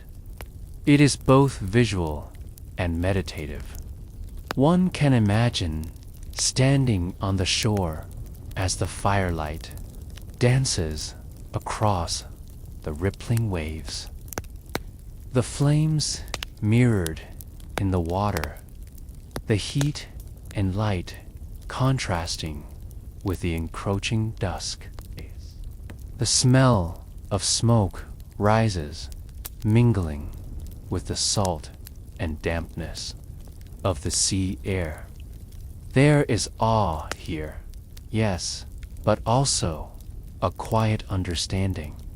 This is the final act of a life lived with responsibility, courage, and awareness. The soul is being sent forth, not abandoned, not punished, but honored. Norse mythology imbued these journeys with significance. The ship did not merely float. It traveled to realms beyond sight. It could lead to hell for the ordinary dead, or perhaps to a place reserved for those whose lives had been extraordinary, where Odin, Freya, or other divine forces awaited the arrival of the worthy. These voyages were not instantaneous. They unfolded in ritual time. A deliberate unfolding meant to allow the living to witness, participate, and reflect. The burning ship ritual was as much for those left behind as for the departed. Communities gathered, mourned, and remembered. Songs were sung, words were spoken, and each person's grief and reverence mingled with the smoke and flame, embedding memory into the ritual itself. There was a rhythm to it, the slow lapping of waves, the crackle of fire, the murmur of voices saw, echoing the cyclical nature of life and death, of presence and absence, of endings from the shore. one could watch the ship fade into the horizon, its form softened by distance and shadow. The mind might follow it, imagining the soul moving forward, moving away from attachment, moving toward a calm and ordered beyond. The water carries, the fire purifies, and the offerings, tools, memories, echoes of life remain as both anchor and compass. In this symbolism, the Norse honored not only the individual ruler, but the continuity of existence itself. Life shaping life, generation following generation, memory folding into eternity. There is a particular stillness that accompanies this vision. The firelight dies, the ship becomes a shadow, and the water absorbs what remains. Yet in this absence, the presence of the departed persists. The soul's journey is complete, yet it continues, carried by elements, remembered in ritual, acknowledged in the quietude of those who remain. Hell, Valhalla, Fólkvangr, Yggdrasil, each resting place is connected through these acts of release. The burning ship is both literal and symbolic, a bridge between worlds, a statement of trust in the order of the cosmos. Imagine for a moment the horizon at night, a single burning vessel drifting forward. The flames reflect in the water, a luminous pathway stretching into infinity. Each flicker, each ripple mirrors the transformation of matter into spirit, the temporary into the eternal. The mind can soften as it follows this journey, imagining the weight of life eased, the soul cradled in elemental forces, moving gently through unknown waters with purpose and care. The symbolism lingers. Even when the flames are gone, even when the ship is no longer visible, the meaning of the act endures. It teaches release, respect, and continuity. It frames mortality not as an end, but as a passage. It allows the mind to find calm in understanding that the journey is honored, that the soul is guided, that fire and water together create both conclusion and liberation. And so, as the last ember fades and the horizon darkens, there remains a sense of peace. The soul sails onward, unhurried, into the eternal. The fire has done its work, the water has carried, and the offerings rest in balance between memory and transformation. The mind can settle into this rhythm, breathing slowly, feeling the finality and the continuity at once, knowing that endings are not empty, but held with care and purpose. The waters receive the ship as if understanding the sacredness of the act. Waves lap gently against its hull, carrying the warmth of the fire and the memory of a life lived fully. In this moment, there is no rush, no clamor, only the quiet rhythm of nature participating in the release. The horizon stretches, endlessly. And the soul is both separate and part of the greater flow. Each wave, each current, feels like a soft hand guiding the vessel forward, embracing it without question, without resistance. The ritual also reflects a deep acknowledgement of connection. Life, even for kings and warriors, does not exist in isolation. The people left behind, the lands shaped, the traditions established tall, are threads intertwined with the departed. By setting the ship alight and releasing it to the water, the Norse recognized the interdependence of all things. Fire transforms, water carries, community witnesses.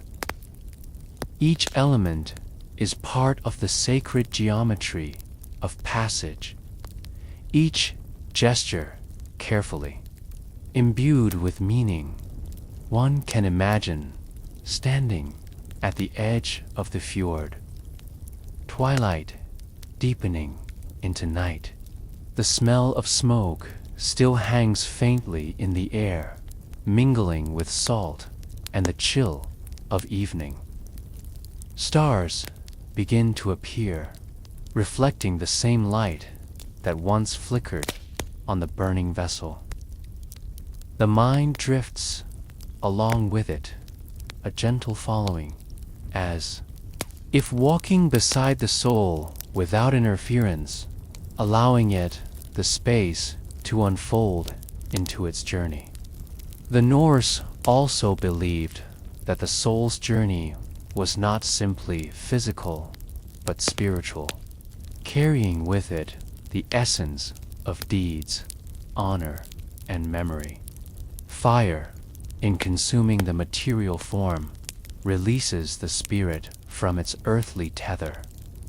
Water, in its vast expanse, symbolizes the continuity of existence, the eternal passage through time, and the gentle embrace of unknown realms. Together, these elements ensure that the transition is neither abrupt nor violent, but smooth, measured, and dignified. This ritual speaks to a profound understanding of mortality and immortality simultaneously. The burning ship, visible one moment and gone the next, is a symbol of transformation. What was once physical becomes ethereal. What was contained in form is released into movement. And yet, even as the vessel disappears from sight, the memory persists, woven into the hearts of those who remain, into the land itself, into the stories that will endure. It is a moment for contemplation, for meditation. One can imagine the gentle rocking of the flames mirrored in the undulating waves, the warmth of fire offset by the coolness of the water. The soul moves forward, neither hurried nor hindered, guided by a natural rhythm that is at once comforting and profound. The act of release becomes a mirror for the living, a reminder of the cycles that govern all life, a soft lesson in letting go while honoring what has passed. Chapter 11, Yggdrasil, the tree that holds all realms beneath the vast expanse of sky. Yggdrasil stretches upward, an eternal presence that binds the 9 realms. Its roots delve deep into unseen layers of existence, anchoring life and death. in a living structure, both immense and intimate. The Norse perceived this tree not simply as a symbol, but as a breathing entity, alive in ways that mirror the passage of every soul. From its roots rise rivers of destiny, feeding the worlds with the quiet persistence of nature itself. Souls move along paths woven into the very structure of Yggdrasil. Some descend, drawn toward the mysteries of hell or the quiet fields of Fólkvangr. Others rise, carried by the currents of the cosmos, toward Valhalla, toward trials and triumphs yet to be fulfilled. The tree's vast body provides a framework for existence, a network of connection, a home for all journeys, visible and invisible. Each leaf, each branch, each knot of bark holds memory, echoing the lives of those who have passed and the stories still unfolding. Imagine standing beneath its colossal canopy, the air cool and heavy with the scent of earth and sap. A gentle wind stirs, carrying the faint rustle of leaves that seem almost to whisper the history of the worlds. Your body feels the presence of something vast, yet the sensation is not intimidating. Instead, it is quietly grounding, an invitation to rest and reflect, to recognize that life and death are not opposing forces, but intertwined movements within the living body of the cosmos. The Norse viewed existence as continuous, the transitions between life and death as strands woven into the tapestry of Yggdrasil itself. Nothing is lost, only transformed. Souls are not severed from their paths. They are guided along branches that connect to the realms of gods, giants, humans, and the departed. Each movement, each breath resonates with the rhythm of the tree. To lie beneath its shadow is to feel this rhythm, a gentle, enduring pulse that echoes through time. Roots plunge into the depths, reaching toward waters that feed the well of wisdom. Knee, HGGR, gnaws at one root, a reminder that even in the structure of eternity there is tension and friction, balance and opposition. Above, branches stretch into the heavens, carrying leaves that shimmer like stars in sunlight. Between the roots and the canopy, life unfolds in constant motion, carrying joy and sorrow, birth and death, effort and rest, all encompassed within. The living frame of Yggdrasil, the souls that pass along its paths experience both release and integration. Death is not an ending, but a movement, a transition that mirrors the cyclical patterns of the tree. As you imagine yourself resting beneath its branches, there is a soft assurance that your presence, like all others, is part of something greater. The leaves above filter the light in patterns that shift and change, reminding the mind that life is fluid, impermanent, yet sustained within the enduring body of the tree. Yggdrasil also represents the intimate connection between each life. Each soul is linked through unseen threads, as essential to the cosmos as a single root or branch. The Norse believed that actions, memories, and essence flowed like sap through this structure, nourishing the tree and echoing outward into every realm. In this understanding, no death is isolated. No life occurs in vain. Each movement, each choice, each passage contributes to the strength and vitality of the whole. Imagine watching a leaf fall slowly from a high branch, spiraling in quiet air before touching the ground. Its descent mirrors the movement of souls, gentle and deliberate, a passage guided by forces that honor both freedom and destiny. Beneath the tree, one can sense the flow of existence in a physical, almost tactile way, the soft pressure of soil, the distant murmur of roots, the subtle vibration that travels from branch to branch. The tree itself seems to breathe with the rhythm of life, exhaling a sense of calm that penetrates the body and mind.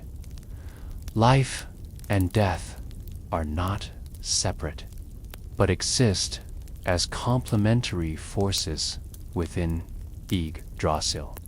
The Norse saw this in the cycles of seasons, in the rise and fall of rivers, in the growth and decay that sustains all worlds. The tree embodies this philosophy in its enduring form, a silent witness to the passage of every soul, a patient observer of both beginnings and endings. To rest beneath it is to acknowledge that continuity, to feel the gentle pulse that links all things, seen and unseen. The branches above, thick and protective, cradle the sky and hold the potential of worlds yet to come.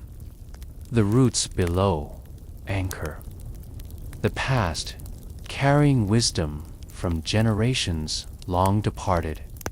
Souls traveling along its paths are guided by this duality, moving between remembrance and possibility. There is no fear here, only the steady assurance that all movements are part of the living whole. You begin to feel a sense of weightlessness, as if your own breath is carried in sync with the flow of the tree. Each exhale releasing tension, each inhale drawing in the quiet strength of its presence. Yggdrasil's presence also serves as a reminder of perspective. From its height, the struggles of individual existence seem minor, yet every thread is vital to the integrity of the whole. Life and death, joy and sorrow, effort and restal are essential, interwoven components of the tree's enduring form.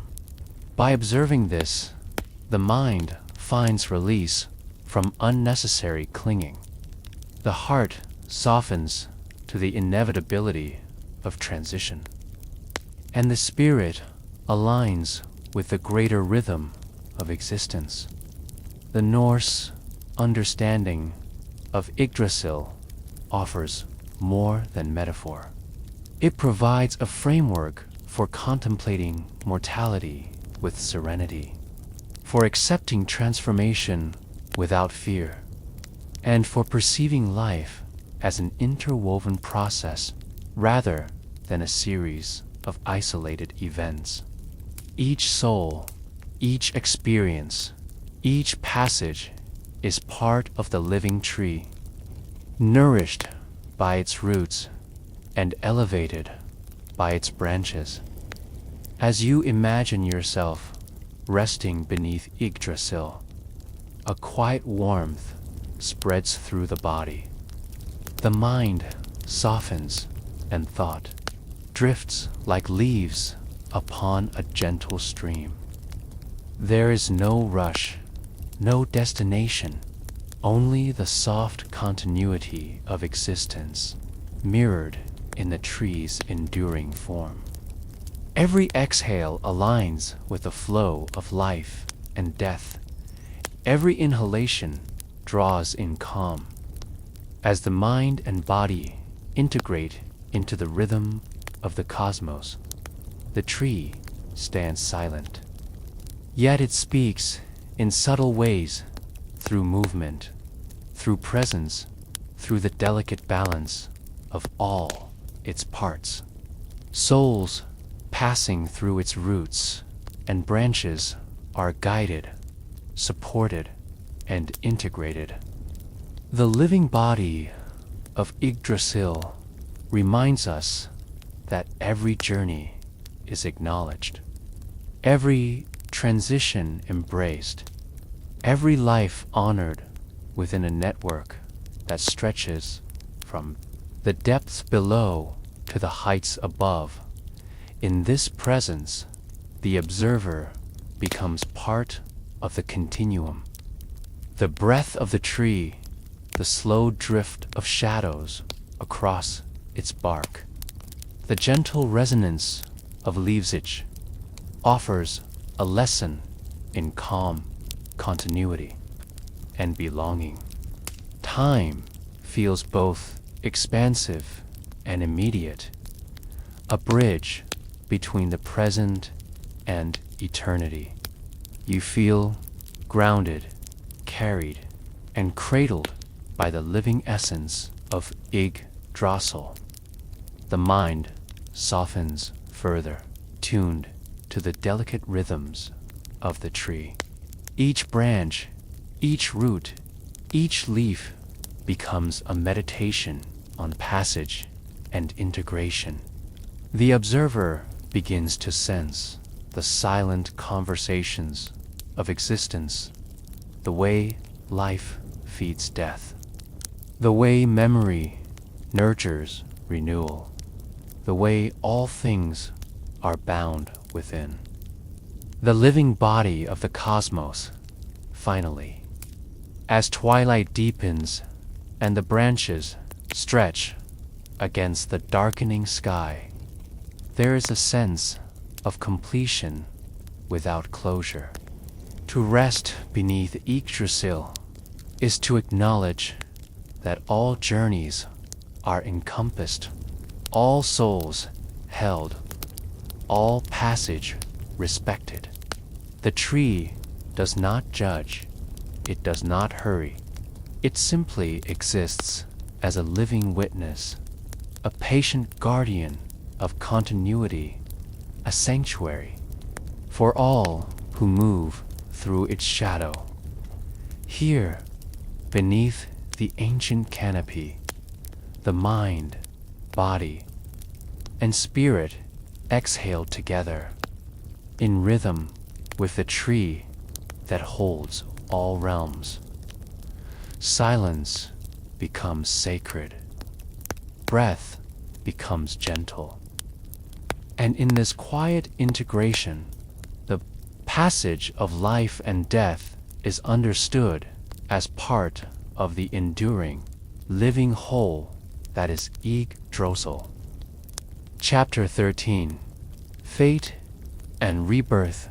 Echoes of the soul, the Norse understanding of life and death carried a quiet rhythm. one that intertwined existence with the unfolding of generations. In their view, the soul was not a single, indivisible entity. Some believed that fragments of it could return, carried forward in the children and grandchildren of those who had passed. This was a subtle and deeply intimate form of continuity, where presence did not end with the breath, but lingered in the quiet echoes of kinship. Rebirth was not understood as mere repetition, but as a weaving of character, habit, and temperament into the family line. You imagine traits, small and significant, re-emerging in the next generation, a glimmer of a grandfather's patience, a mother's laughter, the thoughtful caution of a sister who had passed too soon. These were more than memories. They were living reflections, soft imprints of the departed, shaping the unfolding of life in ways both gentle and profound. This continuity created a framework for understanding existence. Death was not final. Rather, it was a transition, a reshaping of presence that found new forms and expressions. The living carried forward what had been, often without conscious thought. A child's sudden temperament, a familiar habit, even an intuitive understanding of certain tasks. These became subtle reminders of lineage and of the persistence of spirit. You sense, in the quiet moments of observation, the invisible hand of those who had come before, guiding and influencing without intrusion. The Norse spoke of soul in multiple aspects. There was a fragmentary quality that allowed part of the self to travel, to linger, and to return. In this way, families were linked not only through blood and memory, but through threads of spirit. Each new birth was both beginning and continuation, carrying echoes of past lives, softly resonating through time. The quiet interweaving of these echoes was considered sacred, an affirmation that the cycles of life were intertwined with care and intention. You imagine a small household, generations, gathered in shared space. The youngest child reaches for a familiar gesture. A smile passes across the faces of those present, as if recognition passes silently through the room. In these moments, revealing the delicate architecture of soul and memory, reminding the living that continuity is as natural as breath itself.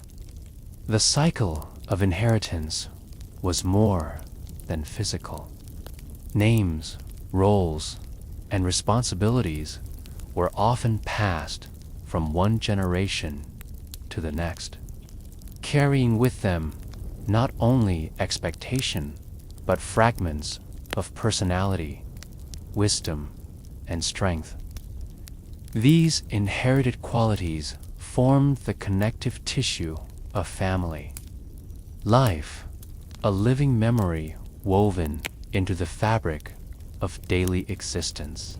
You feel the weight of this subtle guidance in every deliberate act, every careful decision that honors the lineage without needing to state it. Rebirth in the family offered comfort, a gentle reassurance that no life is truly lost. Where grief might otherwise create a void, the knowledge that essence can reappear in a child, a niece, or a distant cousin becomes a quiet balm. You sense the soft rhythm of continuity in the small patterns of behavior that echo through generations. A laugh, a glance, a familiar thought all become whispers of presence, guiding without intrusion, gently reminding that life flows uninterrupted in multiple forms. Memory and spirit were inseparable in this understanding. Remembering a deceased ancestor was not an act of mere nostalgia. It was recognition of ongoing presence. Through stories, songs, rituals, and daily gestures, the living maintained the thread of connection. The child who echoes the laughter of a grandmother, or the young adult who reflects the judgment of a father, becomes a living testament to that continuity. You imagine these echoes as quiet pulses in the air, tangible yet ungraspable, shaping perception and emotion without effort or ceremony. Even the smallest acts of life were informed by this understanding. Planting a seed, mending a tool, preparing a meal contained the invisible guidance of those who had come before. The Norse believed that the spirit could inhabit objects, spaces, and routines, leaving traces that would be felt by those who followed. You begin to feel your own actions resonating with the soft touch of this ancestral presence. The rhythm of continuity echoing in the simplest gestures, reinforcing the unbroken flow of life and memory. The rebirth of soul fragments also carried moral and spiritual significance. A child embodying the virtues of a departed elder was more than a reflection. It was a reminder of values and principles considered essential to the family, to the community, and to life itself. These fragments offered guidance not by command, but by resonance, by the subtle shaping of behavior, perspective, and decision-making. You sense that the living are not alone in forming character. Threads of the past linger in subtle forms, influencing the unfolding of choices with gentle persistence.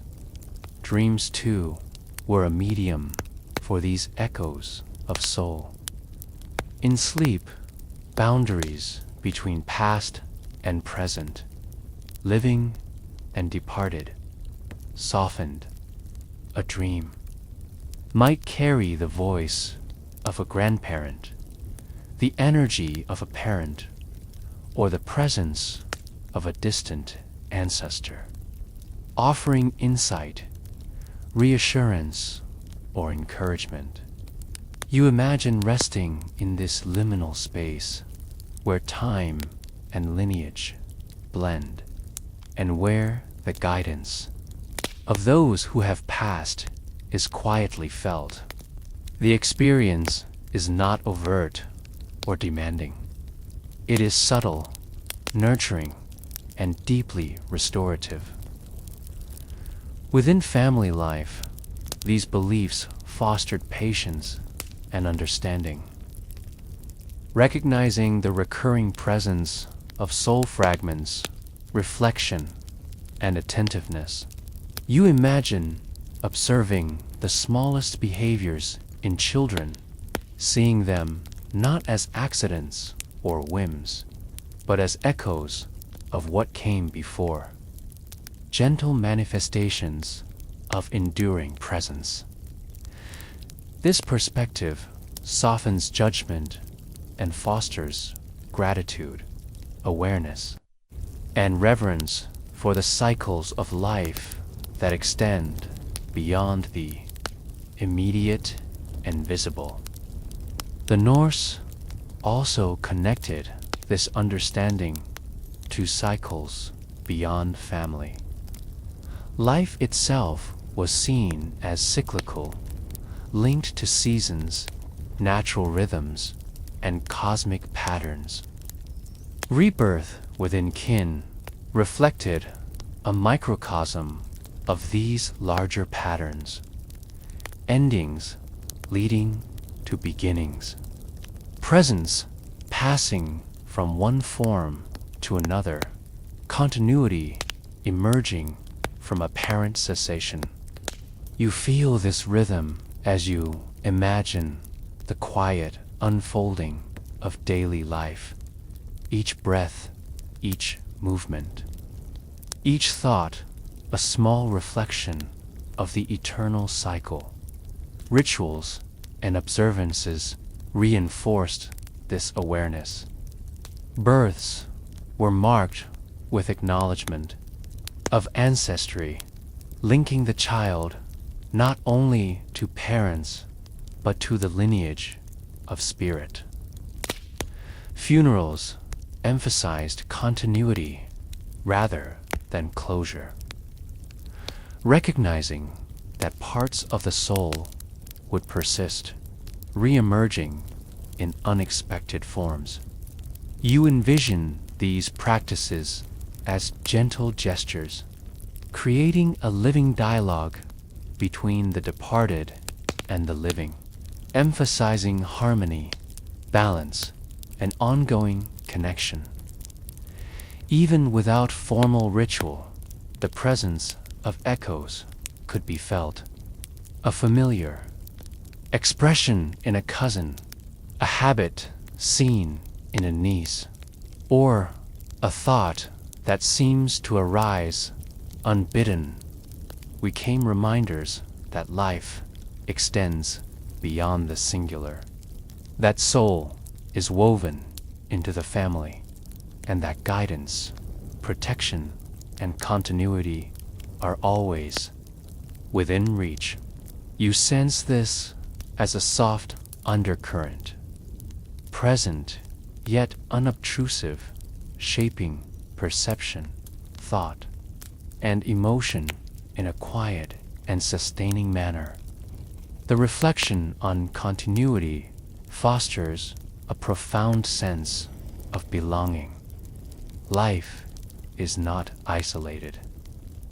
It is an unbroken chain linking past, present, and future.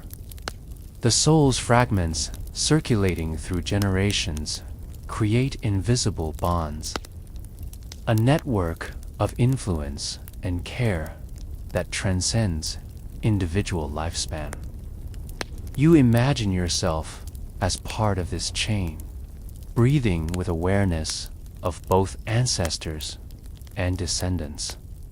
The living and the departed intertwined in a gentle and enduring flow, even in moments of solitude.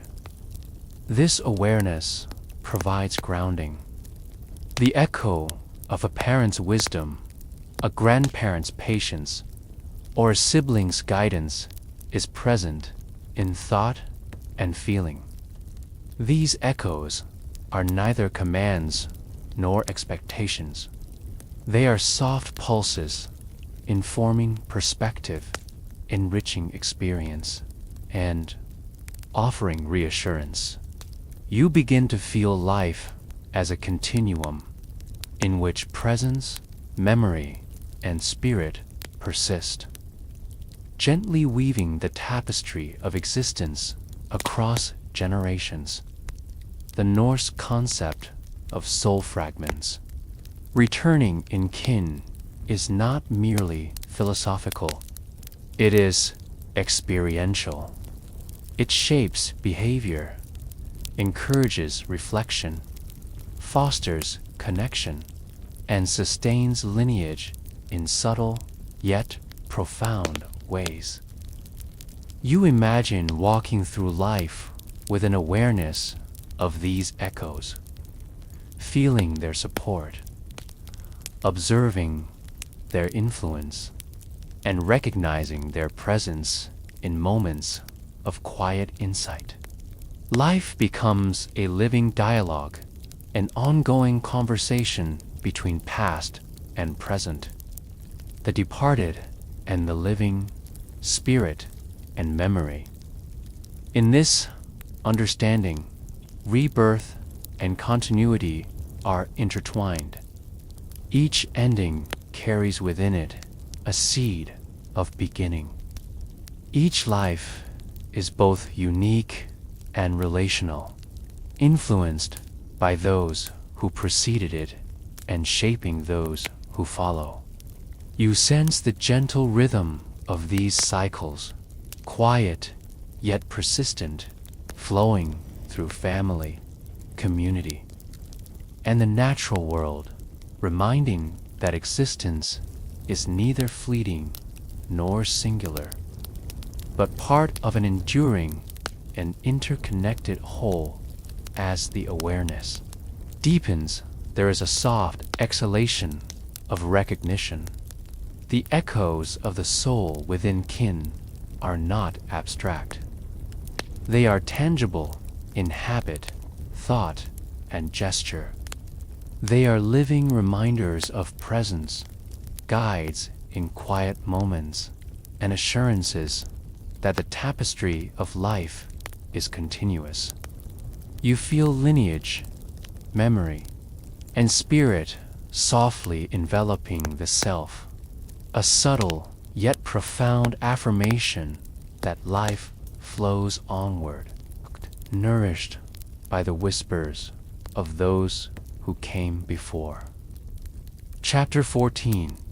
The End of Days. Ragnarok and the Last Sleiptha. Norse spoke often of endings, not in the sense of fear, but as transitions of profound significance. Among their most compelling visions was that of Ragnarok, the great ending of all things. It is described as a time when the sky darkens, mountains crumble, and oceans rise. A culmination that seems overwhelming in its scope. Yet, within this vision, there's not terror, only the certainty of transformation. What falls is not lost forever. What ends prepares the way for beginnings, for a world renewed in this understanding. Death itself is a mirror of Ragnarok on a personal scale. The soul experiences its own endings, passages through darkness and dissolution, before emerging into rest, reflection, and eventual renewal. The cycle of destruction and rebirth is fundamental, not frightening. You imagine the slow unfolding of this cosmic event, not as chaos, but as the natural rhythm of existence, a necessary passage toward balance and restoration. The prophecy of Ragnarok does not portray the gods as invulnerable, nor the world as eternal. Even mighty Asgard, even Odin himself, faces demise. Yet, in this inevitability lies a quiet lesson. Impermanence is not loss, but the stage for regeneration. Every collapse, every ending carries the potential for fresh life, for landscapes reborn. and for souls to continue their journey. You feel the weight of inevitability, but also its liberating serenity, the understanding that all things have their season, their time to rise and fall, as fire consumes, as oceans surge, as mountains fall. The earth itself seems to exhale, releasing what has been held, creating space for what is to come. Souls to move with this rhythm. The dead are part of the cycle, not separate from it. In Ragnarok, the dissolution of the old world mirrors the intimate experiences of each life. Endings are openings. Silence is preparation, and the final sleep becomes a transition into renewal. You imagine your own consciousness moving through this cycle quietly, without resistance, aware that endings are integral to continuity. The imagery of Ragnarok is vivid, yet precise. Serpents coil and writhe. The wolf Fenrir stretches toward the sky, and the earth trembles beneath their movements. But these images are not meant to inspire dread. They are reflections of the immense forces that shape existence. You picture these elements as symbolic expressions of cycles within the self, impulses that must be acknowledged, energies that rise and fall, transformations that are inevitable. The mind can rest within this understanding, recognizing that forces beyond control are also forces of natural order. Within the prophecy, there is an emphasis on silence that follows destruction. After the battle, after the great consuming of fire and water, there is calm.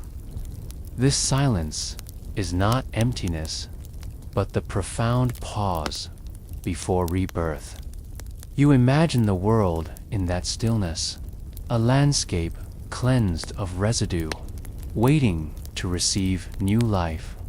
In this quiet, the soul can breathe, release, and prepare for the next stage of existence. Death, in this frame, is aligned with cosmic rhythm, every ending an invitation to renewal, every collapse a step toward harmony. Ragnarok also offers a reflection on impermanence. All beings, from God to humans, share in this cycle. Power, pride, even wisdom are transient, dissolving like a morning mist into the horizon. This acknowledgement softens attachment, allowing the living to appreciate presence without clinging to honor life with serenity, knowing that the passage through darkness is as natural as dawn. You feel the gentle invitation to observe without fear, to align with cycles rather than resist them, and to trust in the process of transformation. The Norse depicted the survival of fragments after the cataclysm.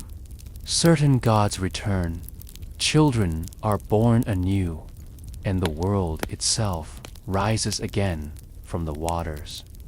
In this continuity lies hope and profound reassurance. Endings do not signify annihilation, only transition.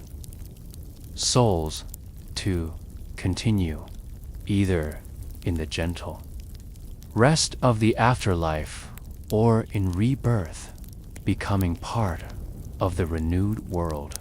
You imagine yourself resting in that moment, aware of endings, yet confident in the persistence of spirit and the unfolding of life beyond the apparent conclusion.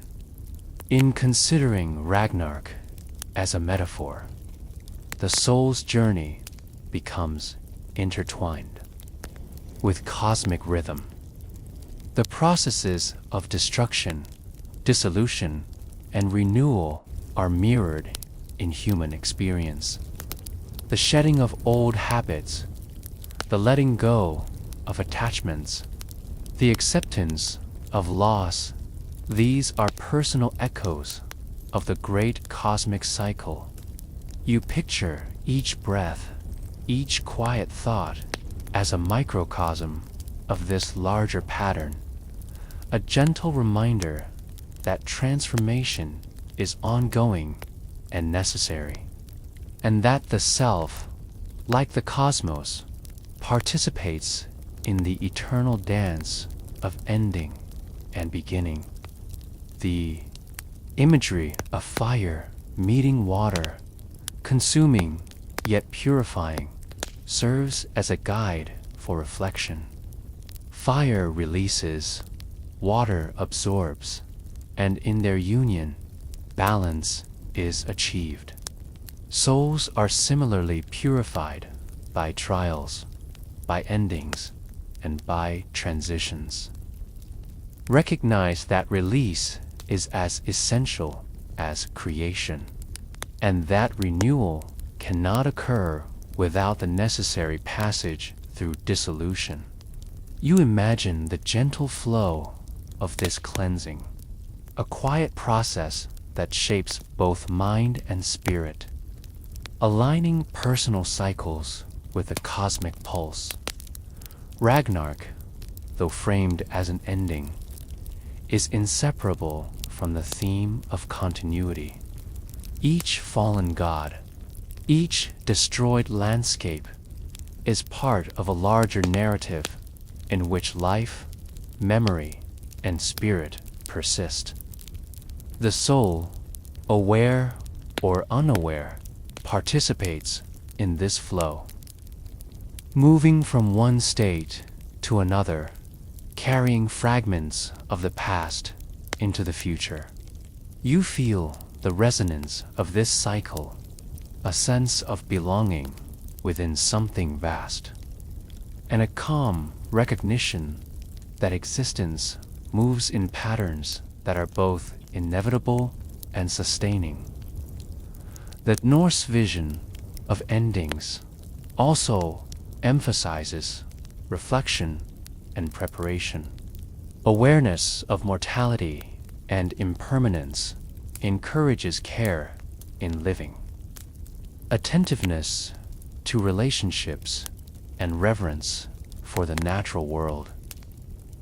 You imagine these teachings as subtle currents influencing thoughts and actions without coercion, shaping a life in which endings are neither feared nor resisted, but embraced as natural passages toward the next stage of being. Even as destruction unfolds, there is order within chaos. The patterns of fire and water, sky and earth, life and death are precise, intentional, and balanced. Ragnarok is not random, it is rhythmic, meaningful, and aligned with cosmic law. The soul, in observing or imagining this, can find comfort in the inherent structure of existence. You picture yourself in quiet contemplation, attuned to these patterns, understanding that endings are guided by principles greater than immediate perception, and that each finality contains the seed of what is to come. In contemplating the last sleep, the mind and body may feel the gentle echo of cosmic calm.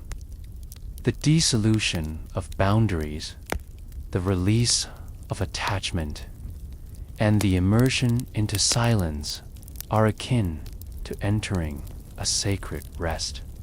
Death is not an abrupt cessation, but a participation. In rhythm, a melding with the cycles of nature, of family, and of cosmos. You sense this process in your own being, quieting thought, softening resistance, and allowing presence to expand into stillness. The aftermath of Ragnarok is a world that begins again. The survivors, the children of God, and the renewed land speak of regeneration. Life does not end, it transforms. Souls, too, may find new expression, new journeys, and continued existence in forms both familiar and unfamiliar. You imagine this regeneration as a gentle sunrise, illuminating the mind and spirit, affirming that endings are both necessary and restorative. In the Norse vision, there is also the quiet lesson of humility. Even the mightiest are impermanent. Even the most ordered realms face dissolution. Recognition of this truth softens the heart, encourages presence, and fosters a deep appreciation for the fragile beauty of existence. You feel this humility as a gentle settling within, a quiet acknowledgement that the cycles of life and death are natural, continuous, and imbued with care. Ragnarok, as the ultimate ending, reflects the ultimate compassion. The world resets, free from excess, allowing for clarity, renewal, and peace. The soul participates without judgment or fear, moving through the great transitions with trust in the process. You imagine floating within this cycle, aware of endings and beginnings, and sensing the flow that carries all things toward eventual restoration. The vision of the last sleep is neither morbid nor heavy. It is a gentle reminder of impermanence, continuity, and renewal. Destruction clears the way for creation. Silence follows fire. The soul, released from form, merges with rhythm, becoming part of something eternal, yet intimate. You feel this exhale of existence, a soft echo that mirrors your own breath, a quiet affirmation that life is a tapestry of endings woven together seamlessly, even as the prophecy concludes with images of great upheaval. Its ultimate resonance is calm. There is assurance in the cycles, trust in the persistence of life, and a profound sense of peace in the acknowledgement that endings are merely passages. You imagine yourself resting under the weight of this understanding, feeling presence, continuity, and renewal interwoven, softening the perception of finality into gentle, sustaining rhythm. And so, Ragnarok is not simply an end, but a sacred process, a last sleep that invites rebirth. The soul participates fully, quietly, and without resistance. You sense the harmony within dissolution, the peace within transition, and the enduring flow that carries every ending into a beginning yet unseen. Chapter 15. The New World Beyond the Flames. After the great conflagration of Ragnarok, when fire has consumed the old and waters have reshaped the land, the world begins to breathe anew. From the ashes of destruction, green earth emerges, tender and vibrant, carrying the promise of continuity and life restored. This renewal is not sudden or harsh. It unfolds gently, like the first light of dawn spreading across a silent landscape. The remnants of the old world are remembered, but they no longer weigh upon the living. Instead, they nourish understanding, offering lessons without burden. Survivors of the cataclysm, gods, children of gods, and humans walk carefully through dew-filled meadows, each step a quiet affirmation of life's persistence. The grass is soft underfoot, glistening with morning moisture, each blade catching the first warmth of sunlight. The air is delicate, perfumed with the scent of new growth, carrying the sensation of awakening from a long, restorative sleep. You imagine this world through the eyes of those who remain, aware of endings but captivated by beginnings, sensing that life itself has returned. Not in repetition, but in transformation. This new world is not without memory. Though the flames have reshaped landscapes, the wisdom of the past remains woven into the soil, the streams, and the trees. Every ripple in the water, every gentle rustle of leaves, speaks of cycles completed, of trials endured, and of resilience that flows through existence itself. The soul, observing or participating, can feel these echoes, understanding that destruction does not erase but clarifies, preparing the way for fresh growth and quiet reflection. Meadows stretch beyond the eye, soft and boundless. Small rivers gleam in the sun, tracing gentle paths through the green, as if guiding the steps of those who walk with care and reverence. The survivors move slowly, unhurried, their attention drawn to the delicate intricacies of this renewed earth. Each birdsong, each whispering breeze seems intentional, a gentle dialogue between life and consciousness, a reminder that attention to the small and subtle is part of understanding the whole.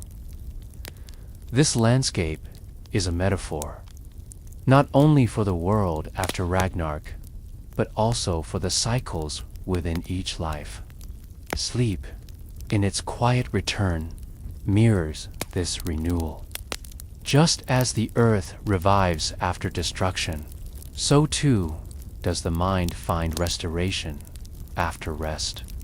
You imagine yourself stepping through the dewy meadows, feeling the softness of the grass beneath your feet, the chill of morning air on your skin, and the slow, steady rhythm of breath aligning with the gentle pulse of life. Awareness of the day's tensions softens, released into this tranquil space. Every element of this reborn world seems designed to invite reflection. Trees stretch with confidence, leaves trembling lightly in response to wind. Streams carry both, past and present, flowing, unhurried, transparent, and sustaining. The survivors observe quietly, sensing the deep order beneath apparent simplicity. Even in a landscape unscarred by human hands, there is wisdom to be felt.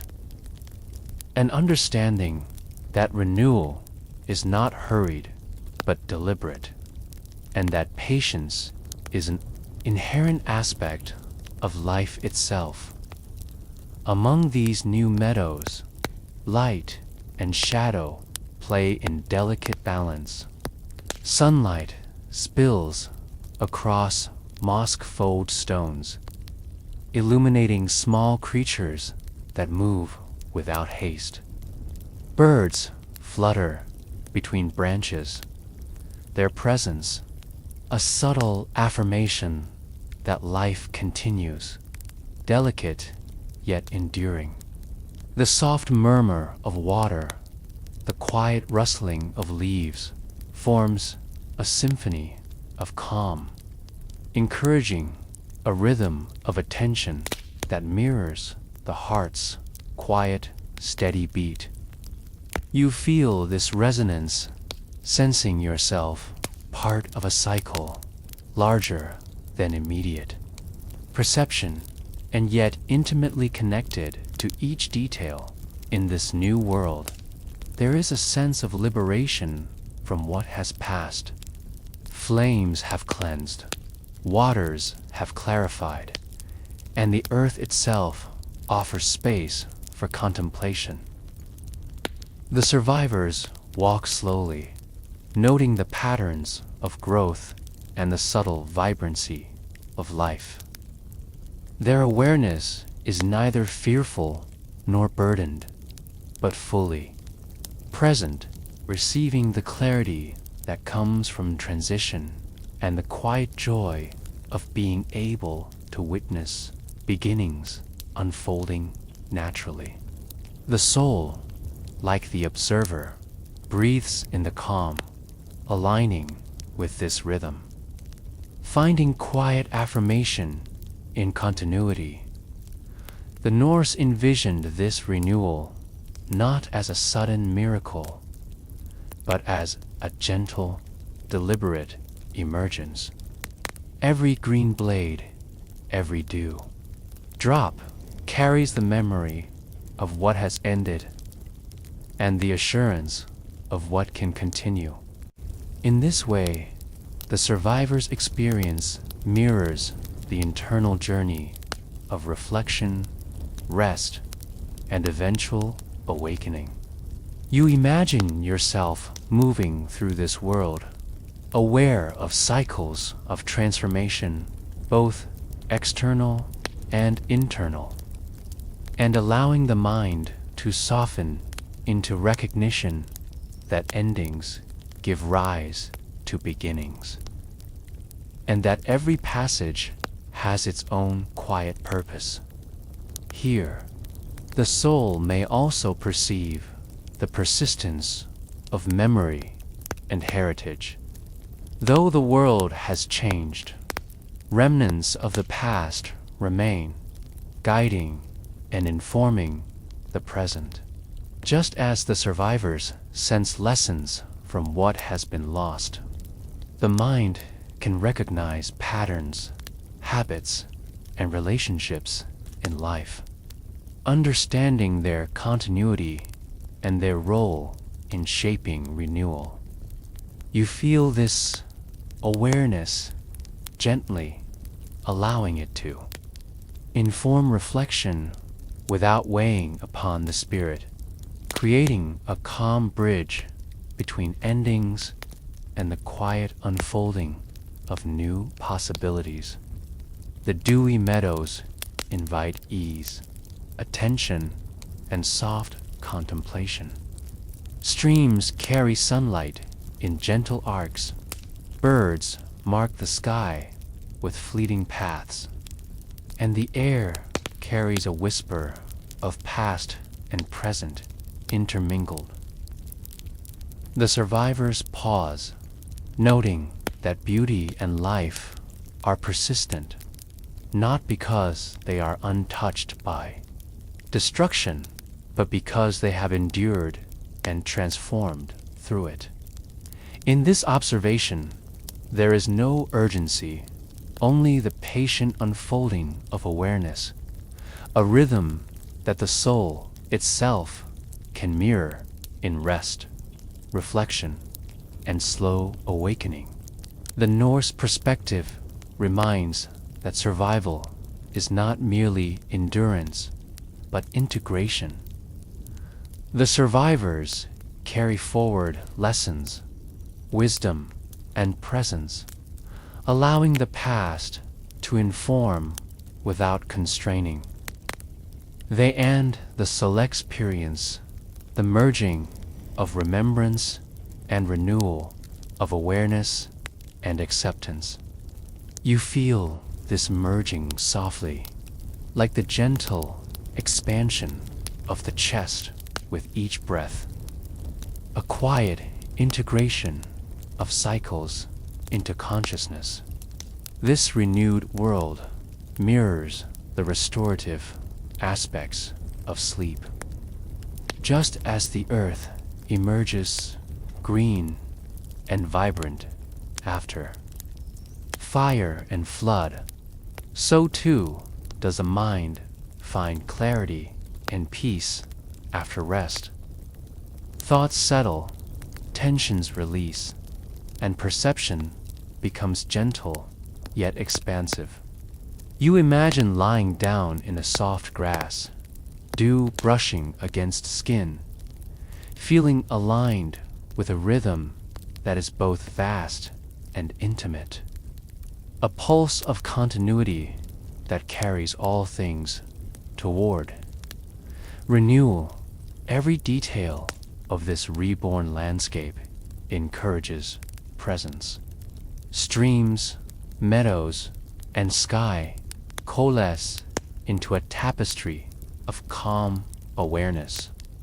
The soul, attuned to rhythm and cycles, can sense the quiet harmony that underpins transformation. Renewal is neither forced nor hurried. It arrives gently as the natural consequence of endings embraced and transitions accepted. You move through this understanding with the ease of observation, allowing presence itself to be the anchor in which reflection, rest, and renewal occur. The survivor's path is emblematic of this quiet journey. Each step through the meadows, each glance at sunlight on dew, represents an alignment with the cycles of existence. The earth breathes beneath them, the air responds to movement, and the mind can settle into the same cadence, releasing tension and welcoming restoration. In this, there is no haste, no urgency, only the calm acknowledgement that the processes of renewal are inherent and sustaining as the landscape stretches onward. A gentle lesson unfolds. Endings are not absence, but preparation.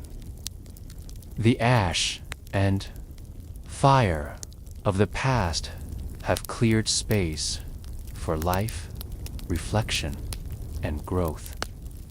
The mind, like the survivors, can move slowly, taking in each detail, each subtle sign, of presence, and allowing insight to arise naturally.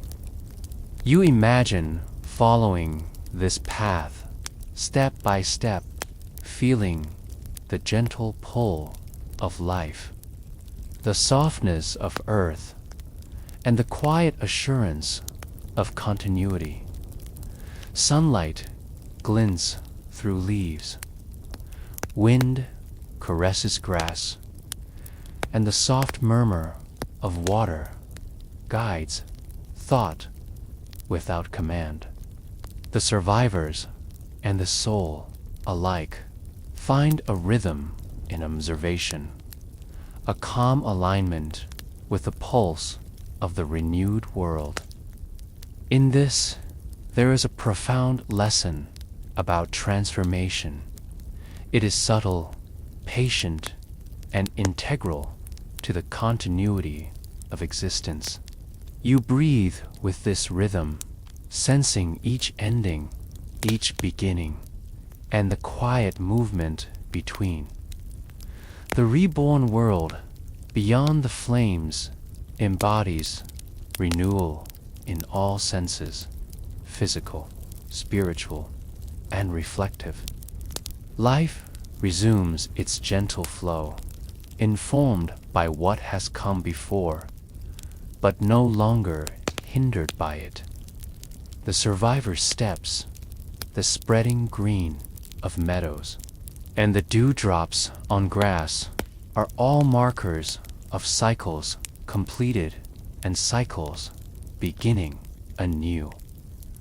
The soul, aligned with these patterns, rests, observes, and begins to integrate the lessons of transition.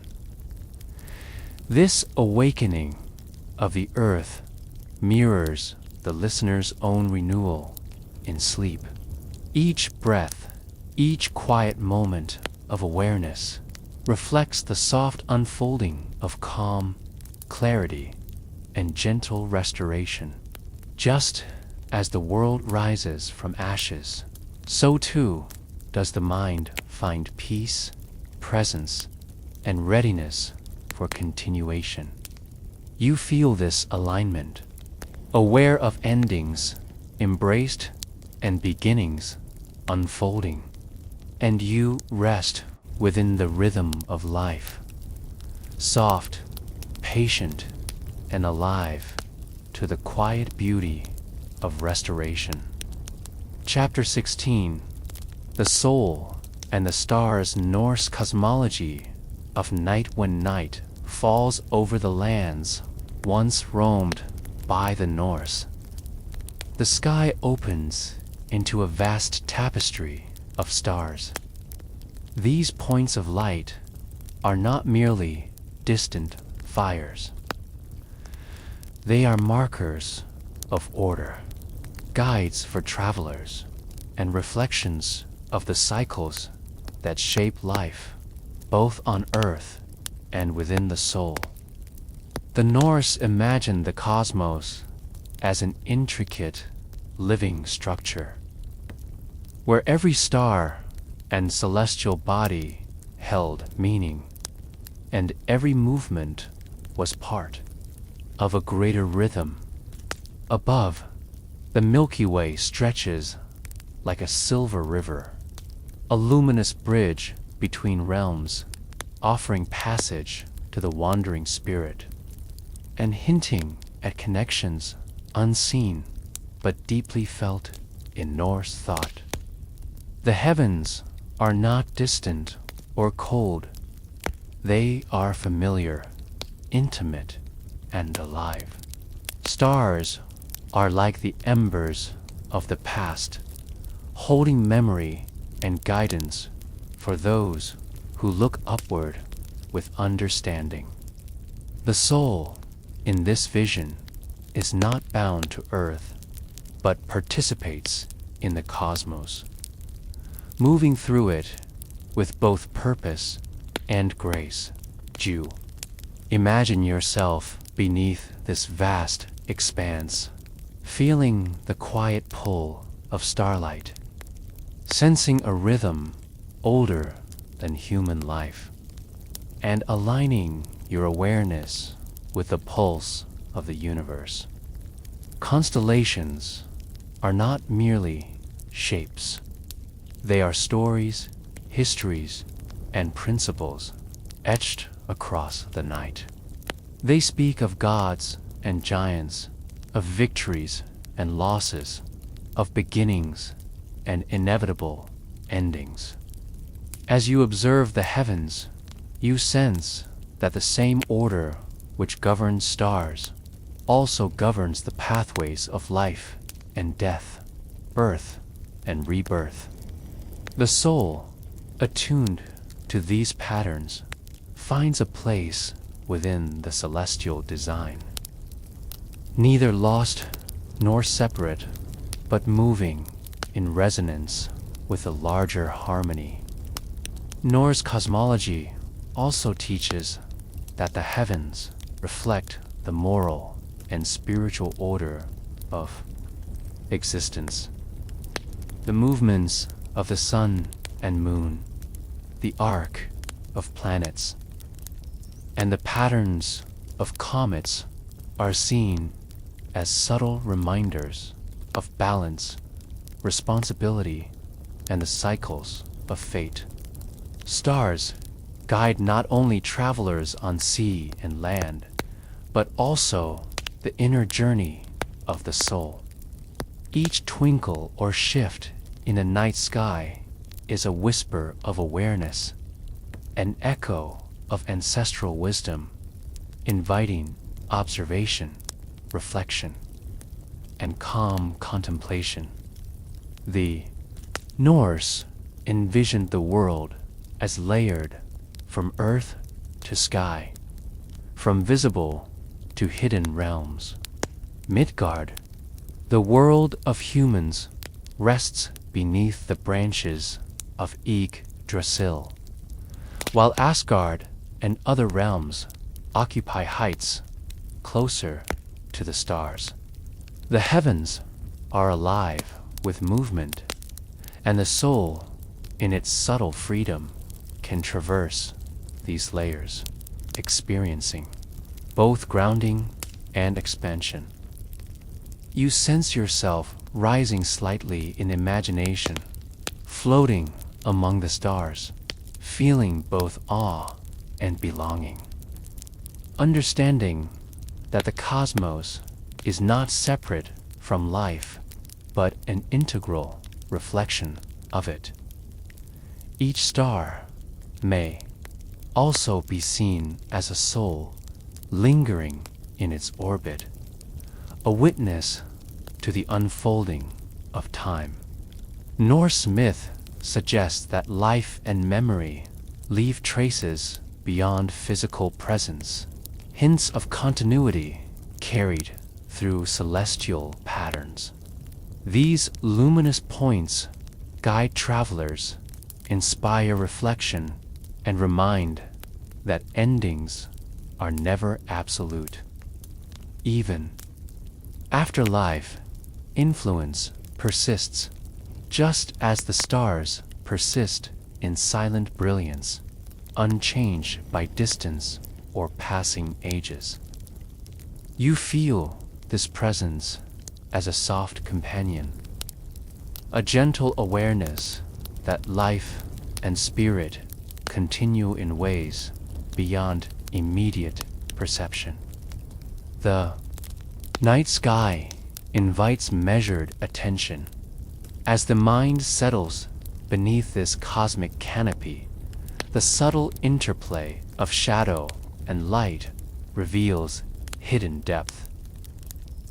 Dark spaces between stars are not emptiness, but potential, a silence in which movement and connection occur unseen.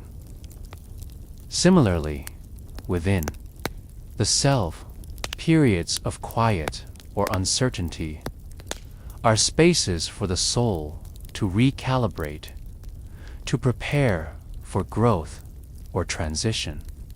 You sense that observing the stars is not mere viewing, but a practice of listening, of sensing the underlying order and the harmony of cycles that govern both outer and inner life. The soul's journey, in Norse imagination, is intertwined with these cosmic rhythms. Life on Earth is but one stage, while the heavens provide context, memory, and direction.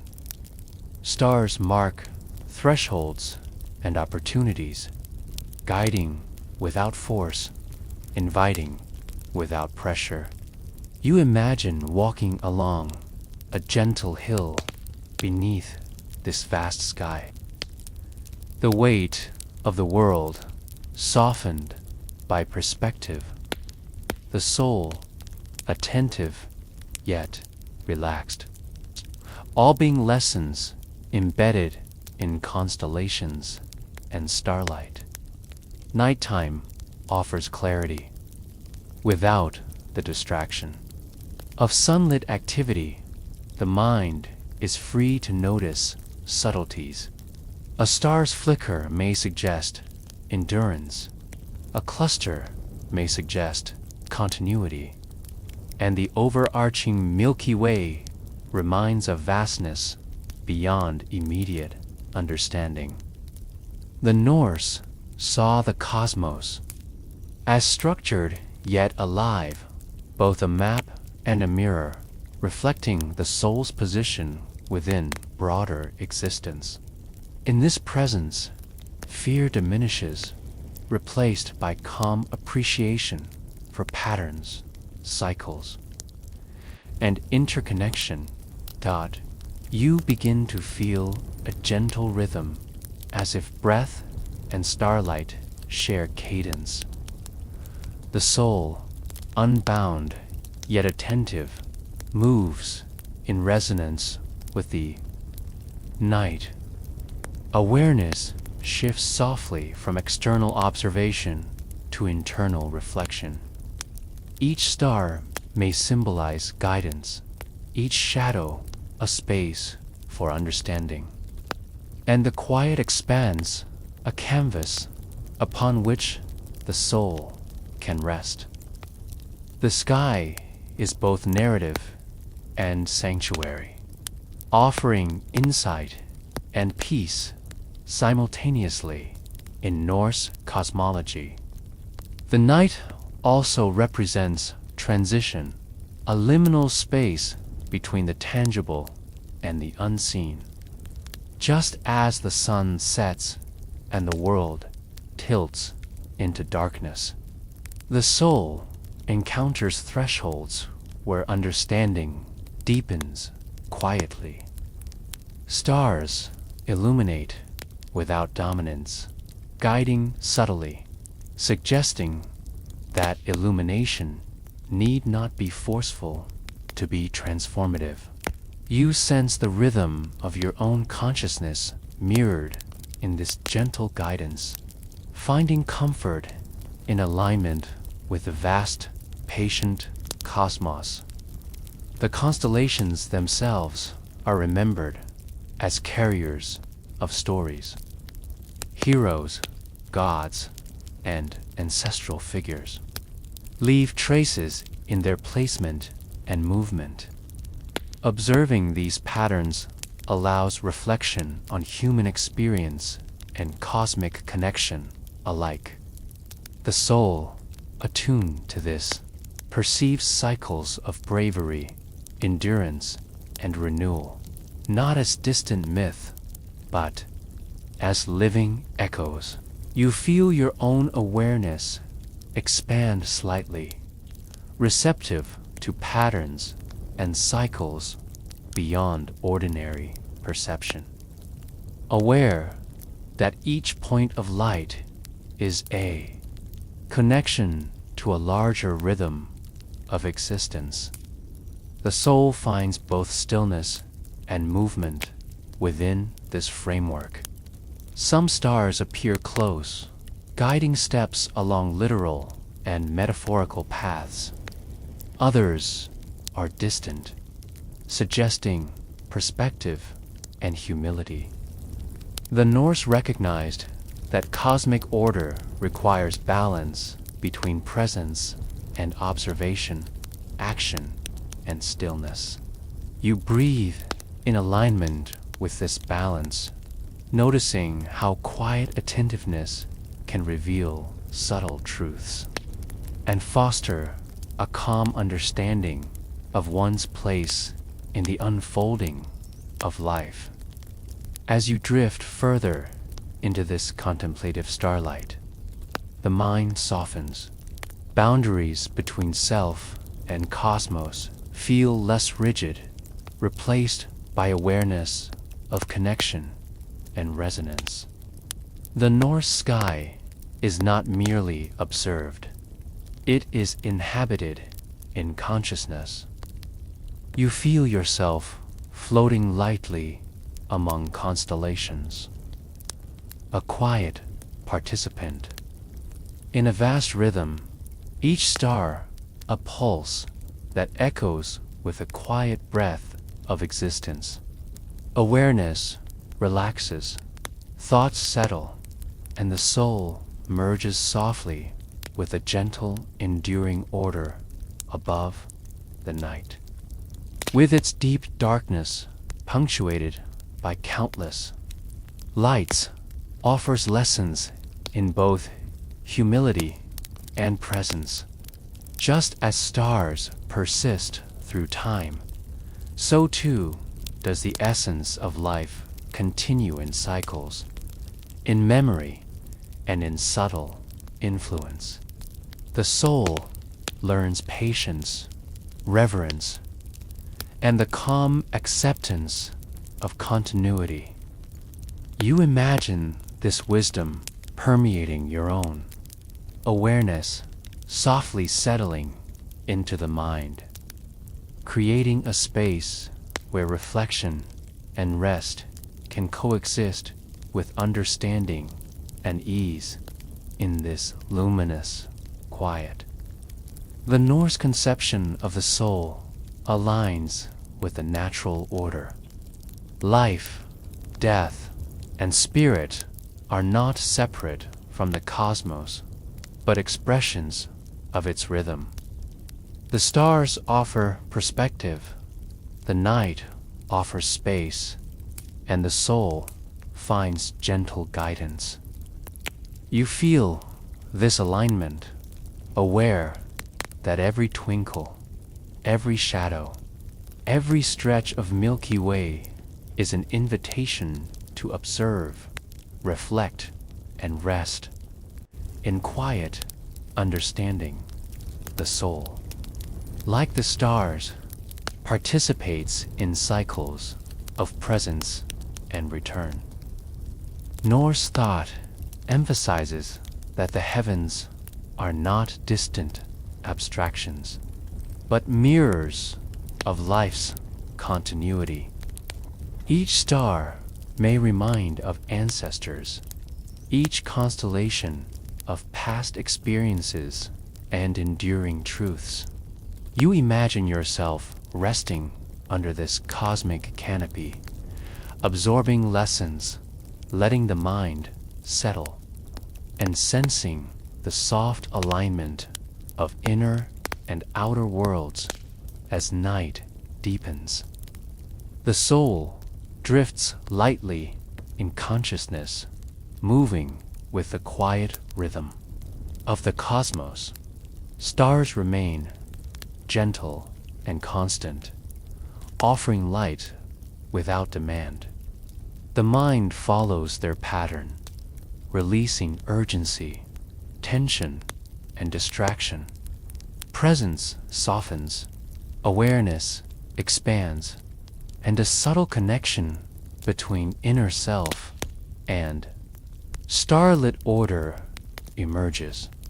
This is the essence of Norse night, where the soul rests within cosmic harmony and the mind enters quiet reflection. Here, the soul discovers that the heavens are not a separate realm, but a living map of cycles, lessons, and enduring connection. You sense this map surrounding, supporting, and guiding, a gentle companion in quiet contemplation. The vastness of the sky mirrors the expansiveness of consciousness, while the stars' enduring light reflects continuity, patience, and subtle guidance. In this awareness, the mind and soul find alignment, resting softly within the gentle rhythm of the night. Chapter 17. Silent halls, forgotten names, even in the grandest of worlds. Not every soul carries a name that echoes through time. Many drift quietly, leaving only subtle traces of presence. In the Norse imagination, as in many cultures, there are spaces beyond the bustling realms of gods and heroes, where spirits simply rest. These halls are not marked by grandeur or ceremony, but by stillness, a profound silence that holds its own dignity. Here, the weight of life and its demands has eased, leaving only the hushed rhythm of being. You imagine walking slowly through these quiet halls. The air is still, yet it hums with soft echoes of existence. Footsteps are unnecessary, yet there is a gentle sense of movement, as though the hall itself breathes in unison with the resting souls. Names, stories, and histories are not absent. They are folded into the space, present but unspoken, leaving only a deep sense of presence without claim. The Norse might not have named each resting spirit. They honored them by allowing them to exist quietly, dissolved into the continuity of being. These spaces are neither lonely nor incomplete. The absence of memory or record is not loss, but a form of release. Peace arises precisely because there is no expectation, no weight of recognition. You begin to feel that anonymity is itself a kind of liberation, a comfort found not in attention but in dissolution. Each soul merges gently with the stillness around it, contributing to the quiet balance of the universe. The silence becomes a form of sacredness, a sanctuary that sustains both those within it and those who pass near. Even in thought, in these silent halls, time flows differently. Moments are not counted, histories are not traced, and the urgency of achievement or fame fades entirely. The Norse understood that some spirits do not need to travel through cycles of rebirth or glory. Their journey is rest itself, enduring presence that fills space without demanding acknowledgement. You sense your own breath slowing as you imagine this quiet, feeling the weight of existence lift, leaving only the calm pulse of being. Gentle and unobtrusive, silence in these halls is not empty. It is alive in its constancy. It offers lessons in patience and humility. You imagine sitting in one corner of this great expanse, sensing the unspoken histories around you. There is no expectation, no judgment, only the gentle awareness of continuity. Each soul resting here contributes to the rhythm of existence, a quiet counterpoint to the more vivid stories of the living and the celebrated dead. You begin to feel that the power of life is not only in action or memory, but in presence itself, the simple act of being. Within the pattern of time and space, this stillness allows contemplation of the cycles that carry all existence. Life, death, and spirit are intertwined, yet not all cycles demand expression. Some conclude in quiet, a resolution in which names fade, but essence remains. You sense that there is grace in this fading, a subtle beauty in the lack of recognition. The soul here is like a slow river beneath ice, hidden but present, moving in gentle currents, sustaining the flow of all that exists without drawing attention. The Norse awareness of unremembered souls offers a counterpoint to their mythic heroes. For every Odin or Freya whose deeds ripple across stories, countless others move without. Notice their journeys unchronicled, yet essential. This is not despair, but a reflection of balance. The universe holds room for both fame and quietude, for action and rest, for remembrance and dissolution. You begin to perceive that anonymity can be a form of sacred alignment, emerging with patterns larger than the individual self. A soft participation in continuity without striving. These halls also speak of patience and endurance beyond life. There is no rush, no need to claim space, to assert identity, to leave traces that others can follow. Instead, each soul rests, secure in the understanding that existence itself is a network of presence and influence, even when unseen. You feel this truth settle around you, a quiet weightlessness, a reassurance that being does not require acknowledgement to matter. In the stillness, you begin to sense your own presence in a similar way, gentle resonance within the broader fabric of life.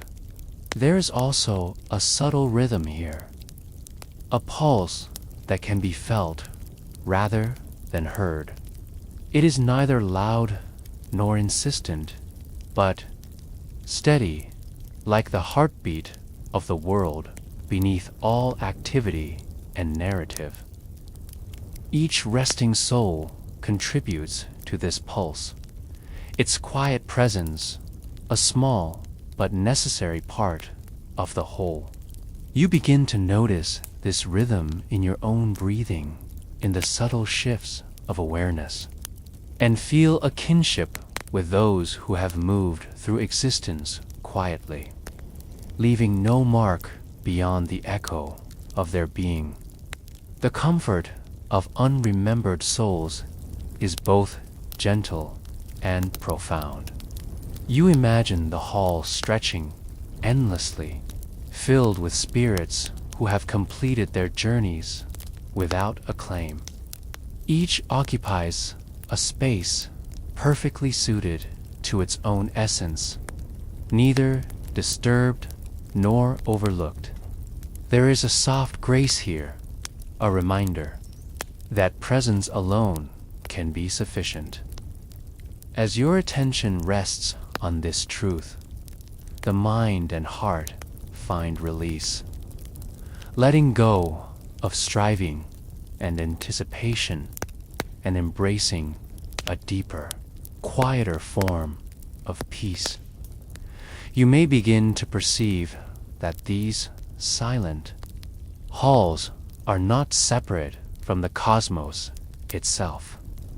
Just as stars shine, regardless of whether they are named or observed, so to do souls persist in quiet integrity.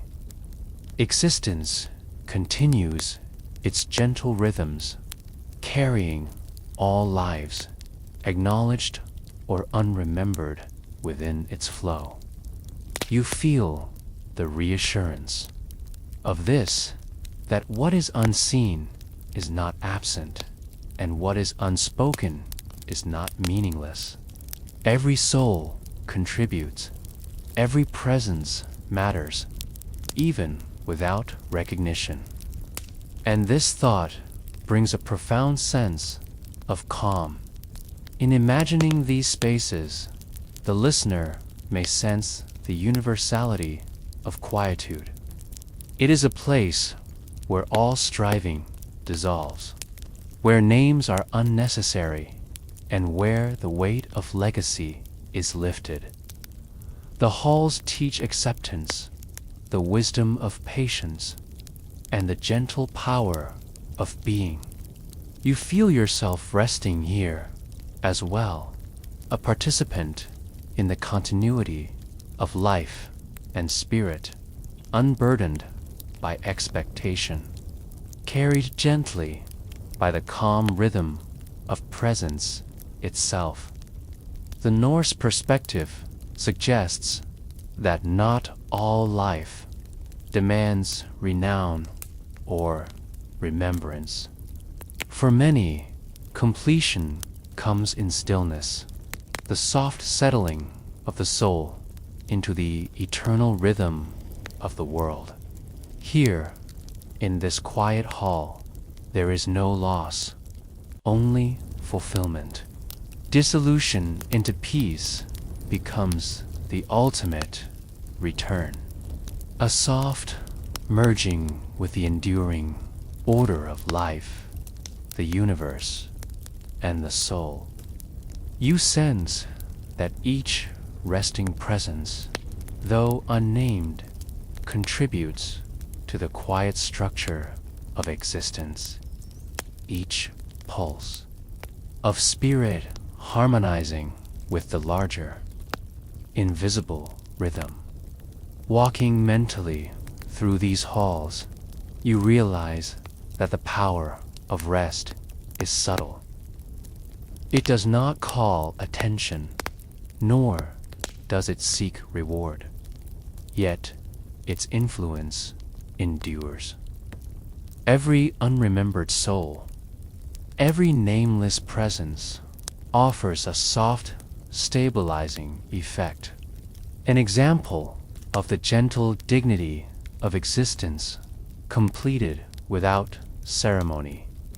You feel your own awareness aligned with this truth, inhaling calm, releasing tension, and sensing the elegance of quiet participation in the cosmos. The quiet here is not absence, but fullness. It encompasses life and memory in a subtle weave, where every soul, whether sung or silent, contributes to the enduring pulse. The halls are vast, yet intimate, each corner a place for presence, reflection, and gentle existence. You feel the soft release that comes from being unseen, unneeded, yet essential. In this, there is freedom, peace, and an unspoken completion. In these silent halls, the mind finds a space to rest. Thought may wander, but is held gently by the rhythm of being. Names may fade, stories may dissolve, yet the soul continues its quiet resonance. You imagine your own awareness joining this flow, resting softly among presences both known and unremembered, absorbing the calm that comes from release, anonymity, and the subtle continuity of life.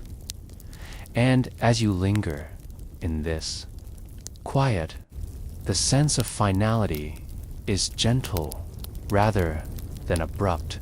Life, spirit, and memory merge seamlessly into the broader pulse of existence. The unremembered are not lost. They are threads in a vast, enduring tapestry. You sense that quiet completion carries its own dignity, that peace can be found in dissolution, and that the gentle rhythm of existence embraces all, named or forgotten, known or unseen. The soft exhale of this chapter lingers in consciousness, a gentle reminder that rest itself is profound, and that anonymity may be a sanctuary where the soul, unburdened, finally finds calm. This gentle order of existence suggests a kind of sacred egalitarianism. Not all spirits rise to prominence, yet each contributes to the cosmic harmony. The halls are vast, but they are intimate as well, a paradox of space and closeness, reflecting the way life and death interweave without favor or prejudice. Here, the quiet is a form of acknowledgement, a profound respect for life's subtlety. You feel a sense of relief, imagining that the measure of a soul is not in fame, but in the enduring peace it achieves. The Norse concept of these resting places also carries a lesson in humility. In life, there is striving, recognition, and attention. Yet, in these silent halls, all external measures fall away. Status, achievements, and even memory itself dissolve into the gentle rhythm of being. You begin to sense a connection with these unremembered souls, a shared understanding that the value of existence is intrinsic, not dependent on recognition. There is a quiet dignity here that feels sacred precisely because it is free from expectation. Chapter 18, a tapestry of paths comparing Norse realms. The Norse imagined existence as a vast, intricate weave of worlds and destinations, each holding its own truth, each offering its own rhythm of life and rest. Among these, the halls of Valhalla are perhaps the most renowned. Here, warriors who have met death in battle find themselves not in sorrow, but in the continuation of purpose. They feast and train, their existence echoing the vibrancy of their earthly courage. Each soul adapts, finds its place, and contributes to the collective energy without compulsion. The focus is not on spectacle, but on the integration of vitality into the larger harmony of the cosmos. Hell, in contrast, occupies a quieter, subtler domain. It is not a place of torment, but of calm dissolution. Souls enter hell not to suffer, but to find the stillness that life sometimes denies. There is a gentle acceptance here, an acknowledgement of limits and the impermanence of all things. In hell, the soul is observed, acknowledged, and allowed to drift into a natural repose. The Norse saw that rest, reflection, and closure were as necessary as action and triumph. In this realm, time is measured differently, not by deeds, but by the passage of essence through silence. Then there is Fólkvangr, the field of the goddess Freya, where chosen souls walk beneath open skies, surrounded by meadows and sunlight. The emphasis here is balance on the blending of joy, contemplation, and shared purpose. Fólkvangr suggests that life after death is not singular. It offers a rhythm that is less about conflict and more about communion with the world and the divine. Each soul moves within this realm according to its own tendencies, guided by insight rather than decree. There is a quiet flexibility, a respect for the individual path, which is central to understanding the Norse perspective on afterlife, and Assi presents another layer entirely. The ocean is vast, unpredictable, and enveloping. Souls who traverse her waters enter a fluid, ever-changing world where movement and stillness coexist. In her embrace, the lines between land and sea, life and death begin to blur. The waves carry memory, wisdom, and the essence of countless beings, mingling them into a continuous flow.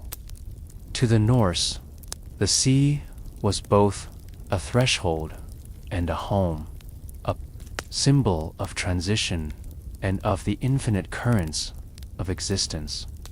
Here, the soul learns the rhythm of surrender, the trust that even in dissolution leaves continuity.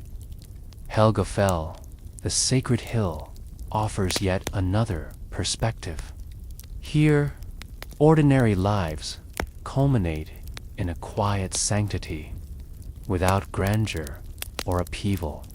It is the place for those who have walked paths of daily life, whose contributions are subtle, whose rest is deep.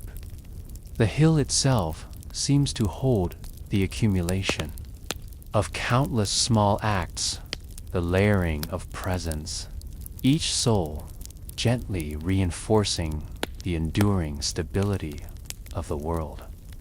In Helgafell, the Norse acknowledged that even unremarkable lives hold a sacred weight, that the pattern of existence benefits from each quiet act of living and each uncelebrated passage.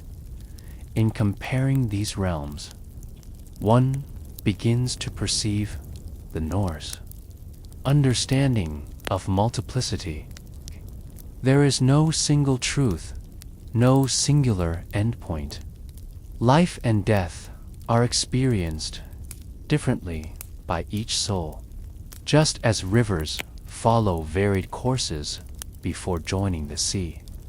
Some paths are turbulent, some calm, some are brief, others prolonged. Each journey is unique, yet each contributes to the coherence of the larger cosmic pattern.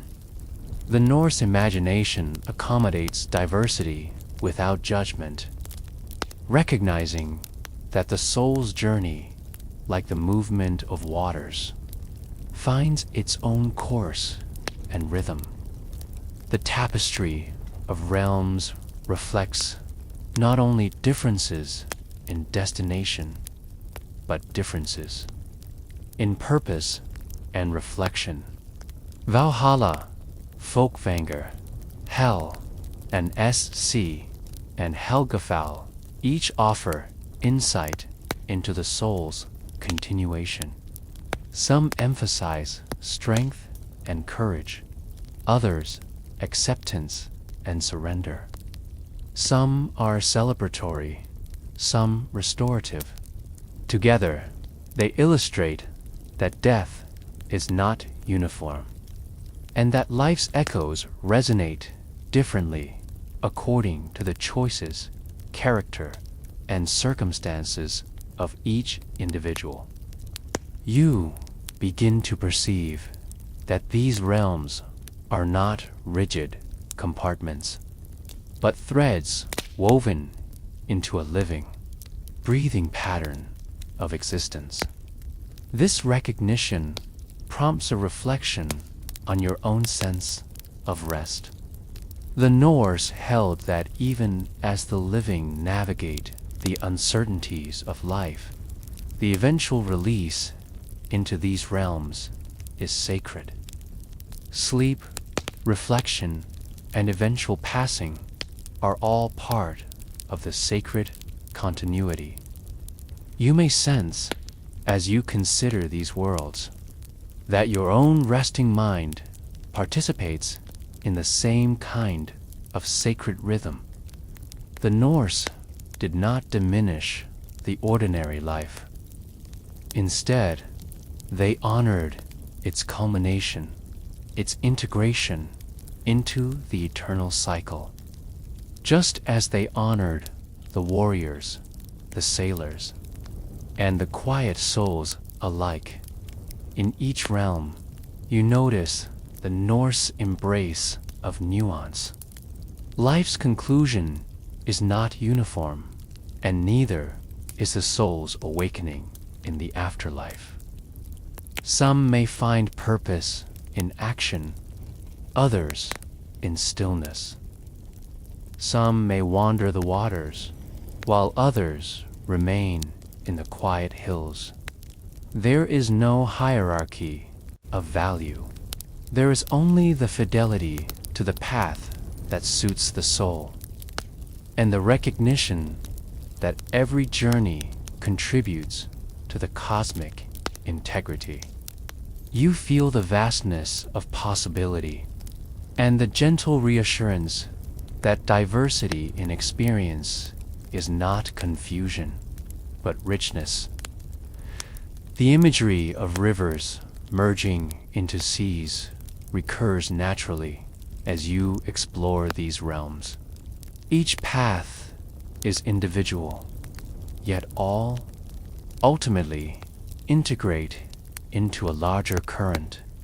The metaphor extends inward, suggesting that your own mind, thoughts, and dreams flow toward a unity that is both personal and universal. In this way, Norse cosmology encourages contemplation of one's own place within the larger order, without pressure, without judgment. You imagine the convergence of different lives, memories, and spirits, forming a continuum that holds significance far beyond recognition or fame. As the awareness deepens, the sacredness of rest becomes clearer.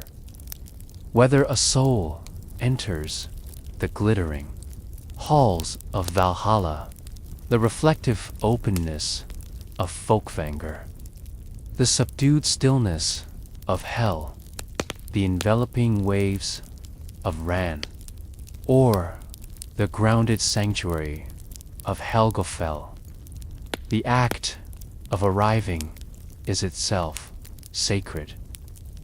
The Norse suggest that completion does not demand ceremony or remembrance, but integrity, presence, and alignment with the natural flow. You begin to sense that your own cycles of waking and resting, of thought and pause, mirror this rhythm in a subtle, sacred way. The multiplicity of realms also illustrates the Norse understanding of choice and destiny. Each soul navigates its own path, guided by character, circumstance, and perhaps unseen forces. There is no single mandate that dictates outcome. There is instead an interplay between action, consequence, and spiritual inclination. The tapestry is vast and yet coherent, woven with care and attention. You feel the comfort of this vision, the reassurance that existence itself is designed to accommodate variation, and that the soul's journey is honored, regardless of form or fame. In contemplating these varied realms, the listener may begin to sense their own alignment with the sacred continuum. Your rest, your reflection, your dreams are part of this greater pattern. Each moment of conscious or unconscious being integrates into a rhythm that stretches across realms and generations. In this way, Norse cosmology offers not only a vision of the afterlife, but a model for presence, mindfulness, and reverence in the living experience, even as these realms differ. A unifying principle persists.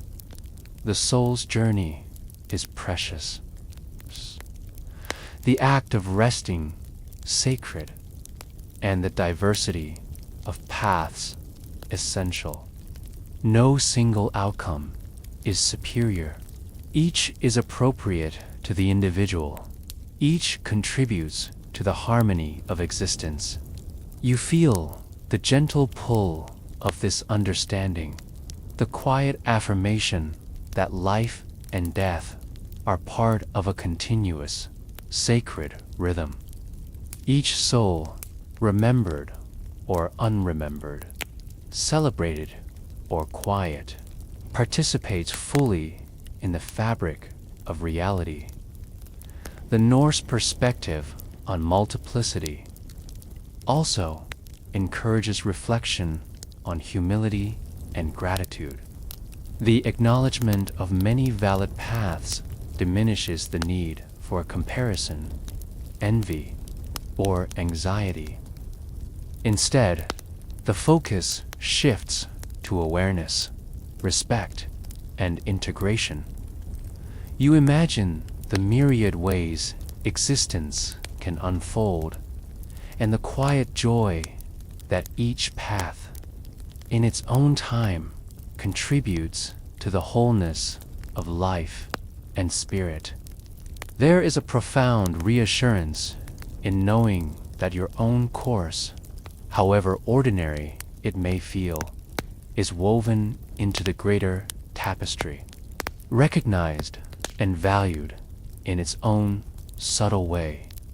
As the chapter draws toward its conclusion, the vision of these realms settles gently in the mind.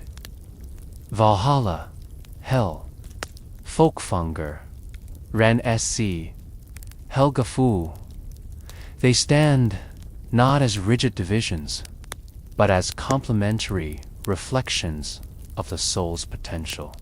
The tapestry of paths is rich, nuanced, and alive.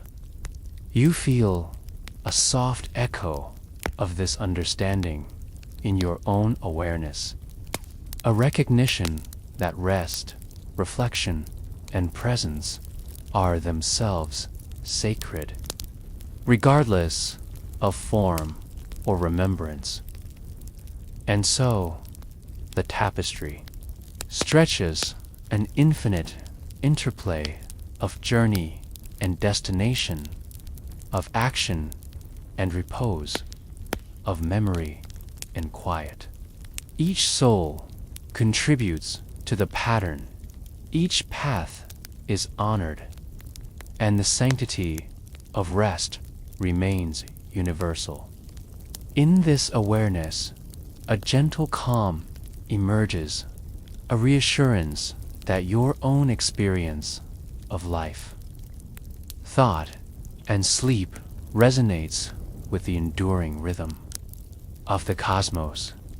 Here, the chapter exhales, leaving only the soft warmth of understanding, a quiet affirmation that every path, every rest, every soul matters in the great tapestry of existence. Chapter 19 echoes across cultures, Norse, afterlife, and the world. The Norse imagination of the afterlife does not exist in isolation. When we consider Valhalla, Hell, Fólkvangr, or SC, these realms begin to resonate with echoes found in other cultures across time and space. The similarities are subtle and the differences profound.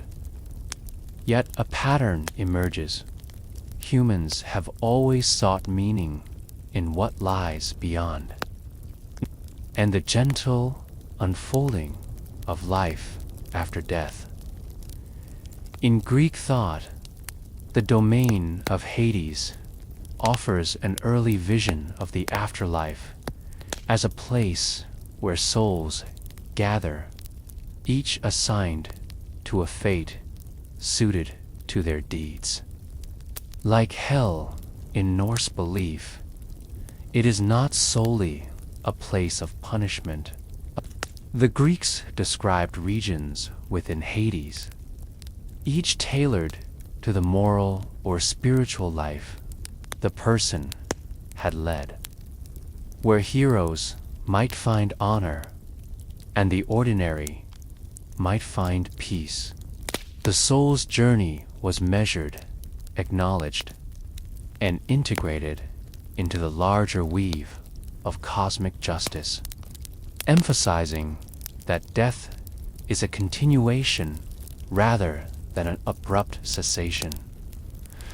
The Egyptian duat presents another dimension of understanding, emphasizing the cyclical nature of life and the interconnection between mortal action and spiritual consequence.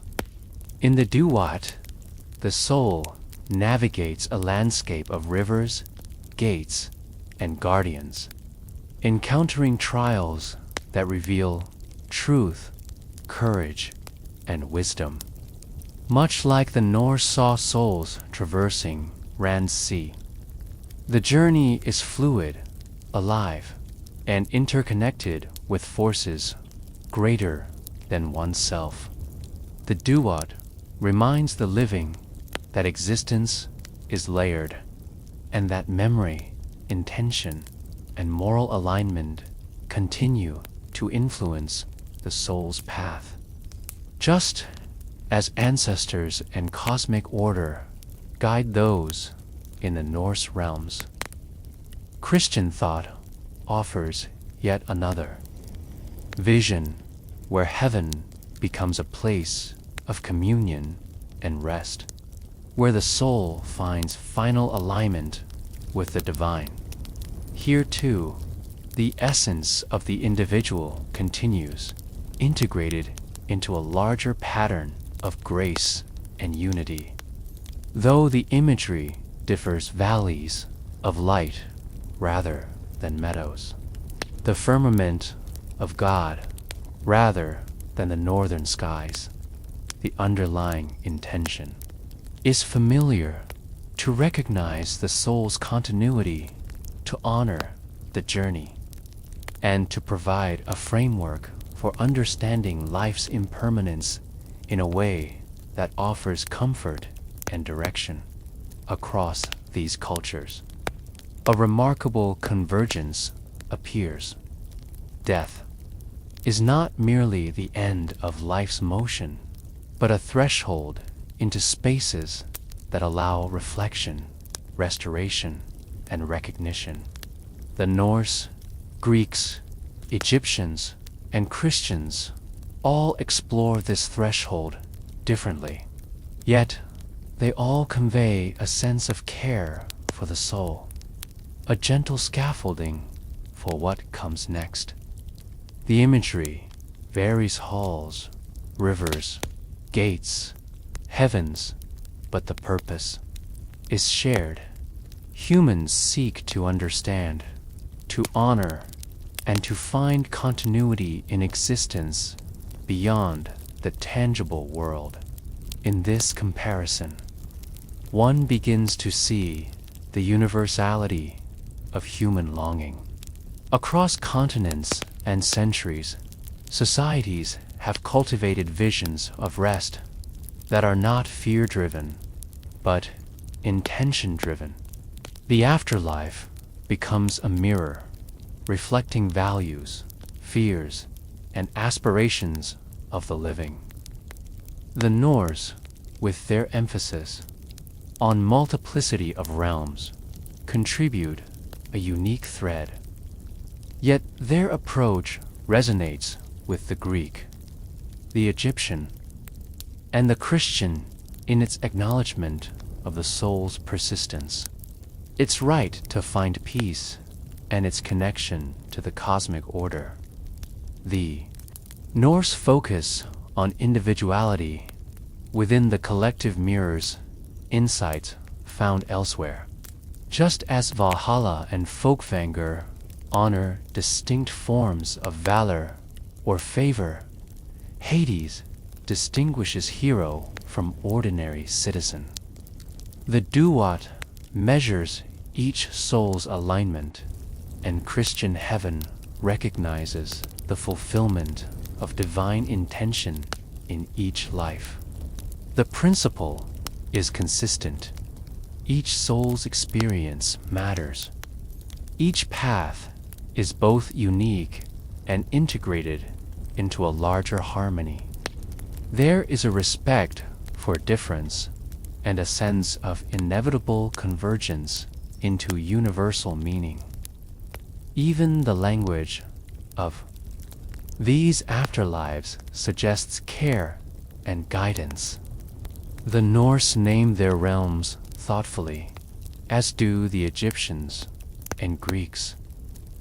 There is an intention behind the designation, a way to orient the living, to create patterns of understanding, and to provide structures within which souls might navigate. The guiding principles are clarity, integration, and continuity. The soul is never left unanchored. There is always a landscape, a rhythm, and a framework. No matter how fantastical the imagery may appear from the outside. Considering these parallels, you may notice a soft hum of reassurance threading through human thought. Across time and culture, humans have envisioned spaces where the essence continues, where memory, action, and intention carry forward, and where rest is honored as sacred. These visions do not insist on identical experiences, but they consistently offer a promise that life's departure is met with care, structure, and purpose. Even in quiet anonymity, as in Helgafell or some sectors of Hades, there is recognition. Even in challenge or trial, as in Assi or the Duat, there is guidance. There is a contemplative rhythm to this awareness. Each cultural vision, while unique, encourages reflection on one's own life, choices, and values. The Norse remind us that rest is sacred, that multiplicity is natural, and that the soul's course is not a single dictated route, but a network of paths resonating with the universe. Similarly, Greek, Egyptian, and Christian perspectives offer structures that validate personal experience while situating it within the flow of existence. Together, these echoes teach that reflection and reverence are universal human tendencies, cultivated to help the living understand mortality and the sacredness of passing. The multiplicity of realms and interpretations also invites humility. No single vision encompasses all truth. Each provides insight within its context. To the Norse, it was unnecessary to define a singular end. Valhalla and Hell, Fólkvangr and SC Helgafell coexisted as valid endpoints, each suited to the soul it received. The Greeks, Hades, the Egyptians Duat, the Christian heaven-each framework reflects cultural values while addressing the fundamental human need for meaning. Form of sacred wisdom, a recognition that life and death cannot be fully contained in one vision. There is also comfort in the attention to process. In all these visions, the soul's transition is measured, intentional, and layered. It is not an abrupt vanishing, but a movement into a different order of being. The Norse seas, meadows, halls, and hills echo the Egyptian rivers and gates, the Greek courts and fields, the Christian celestial spaces. They remind the living that life has continuity, that departure is a passage rather than an erasure, and that the soul carries the memory of living into the sacredness of rest. In considering these cross-cultural echoes, the listener may reflect on their own experience of endings and transitions. Sleep, for example, becomes a microcosm of the same rhythm. Each evening, the mind releases its tensions, thoughts settle, and consciousness drifts into realms of dream, restoration, and renewal. Just as Valhalla, Hades, Duat, and heaven serve to honor the soul, sleep offers a gentle framework for integration, reflection, and restoration. You begin to notice the sacredness in the everyday, the way human practices mirror the larger patterns. Imagined across history, the universality of this search underscores a shared human impulse. Across oceans and epochs, people have recognized that life is layered, that death is not simply absence, and that understanding these layers fosters peace. The Norse provided one lens, emphasizing multiplicity, personal alignment, and cosmic integration. Other cultures offer complementary perspectives, and together they illustrate a timeless yearning to honor the soul, to provide continuity, and to cultivate reassurance in the face of mortality. As you consider these parallels, a soft calm emerges. The afterlife, in any tradition, is not intended to terrify, but to contextualize, to guide, and to comfort. Whether through halls of warriors, fields of light, rivers of reflection, or celestial expanses, the message remains gentle. The soul's journey continues. It is observed, it is respected, and it is meaningful. You sense that the threads of human imagination across time and place have woven a subtle pattern of solace and understanding, a recognition that endings are also beginnings, and rest is itself sacred. Chapter 20. The soul in the listener's dreams night deepens.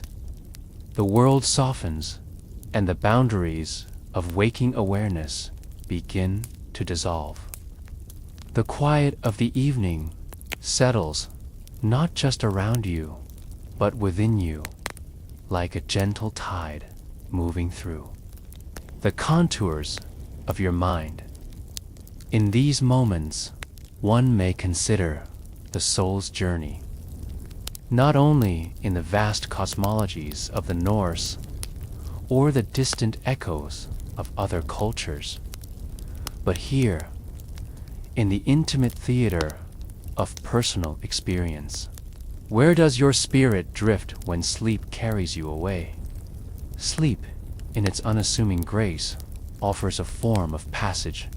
It is a nightly threshold, a quiet unraveling of the body's tension and the mind's constant motion, like the rivers that guide souls through rend, SC, or the halls where warriors find their place in Valhalla. Your dreams provide a landscape for the soul's temporary wandering.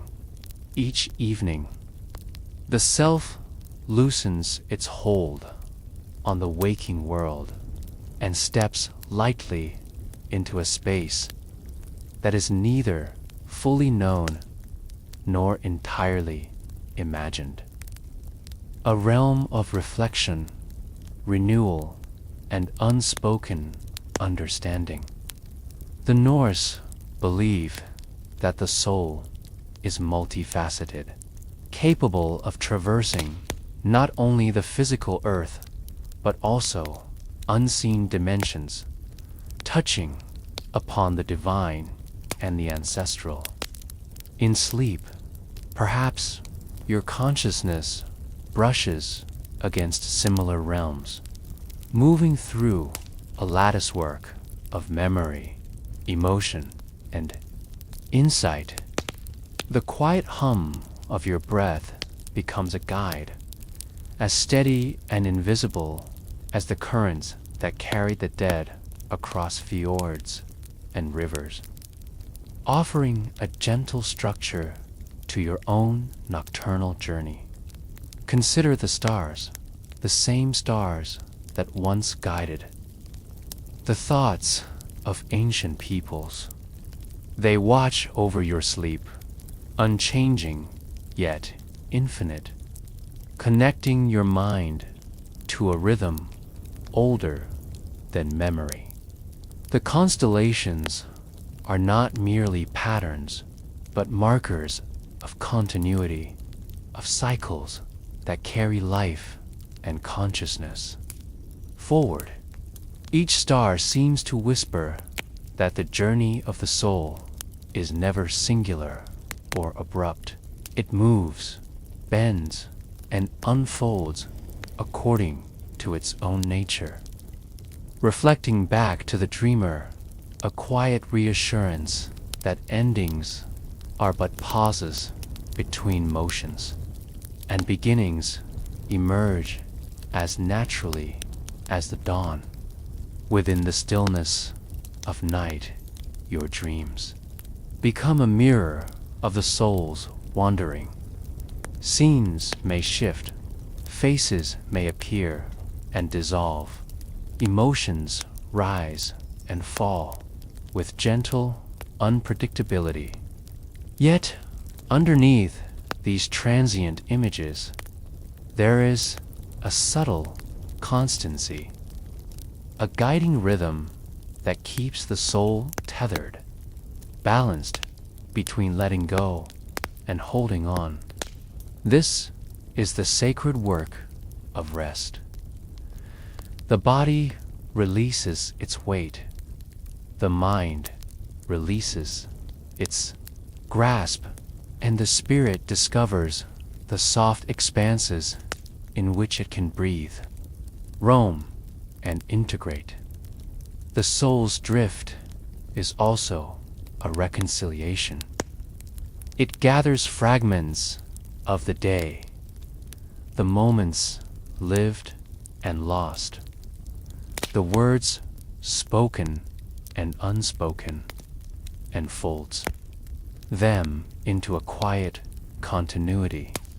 Just as the Norse imagined souls passing through multiple realms, each with its own purpose and tone, so too does sleep provide layered experiences. Some moments are vivid, charged with clarity and sensation. Others are subtle, almost imperceptible, yet no less meaningful. Your spirit moves through these layers, learning the soft art of presence, the tender rhythm of becoming, and the gentle release of what no longer serves. There is a sacred intimacy to this process. In sleep, you are both observer and participant, witnessing the ebb and flow of consciousness while simultaneously surrendering to it.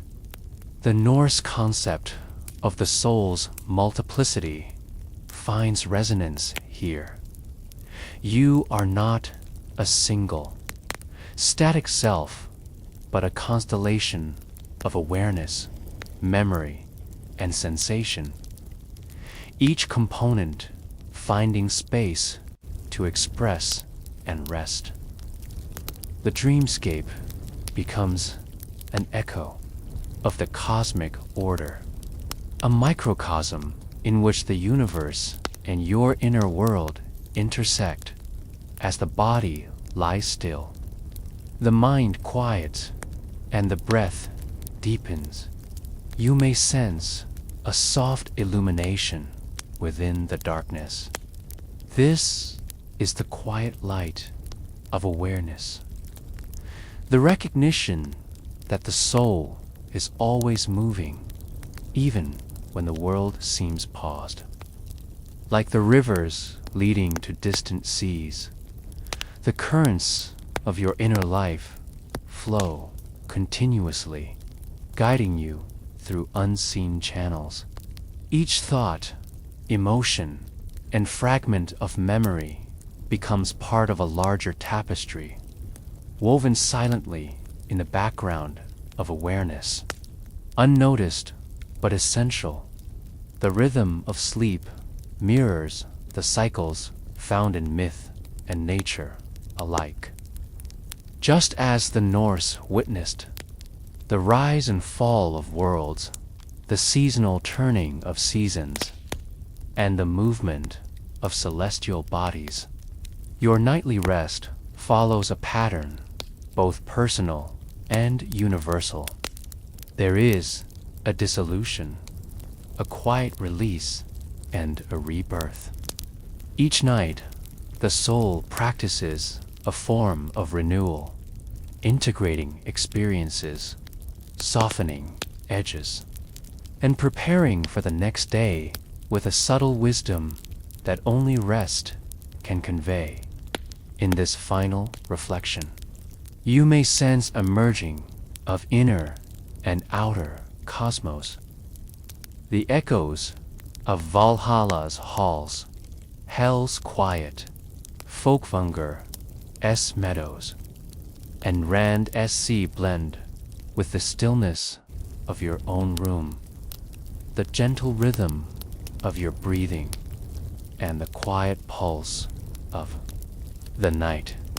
The listener's dream becomes a sacred space, a liminal threshold where the self may explore, release, and reconnect. There is no need to impose order or expectation.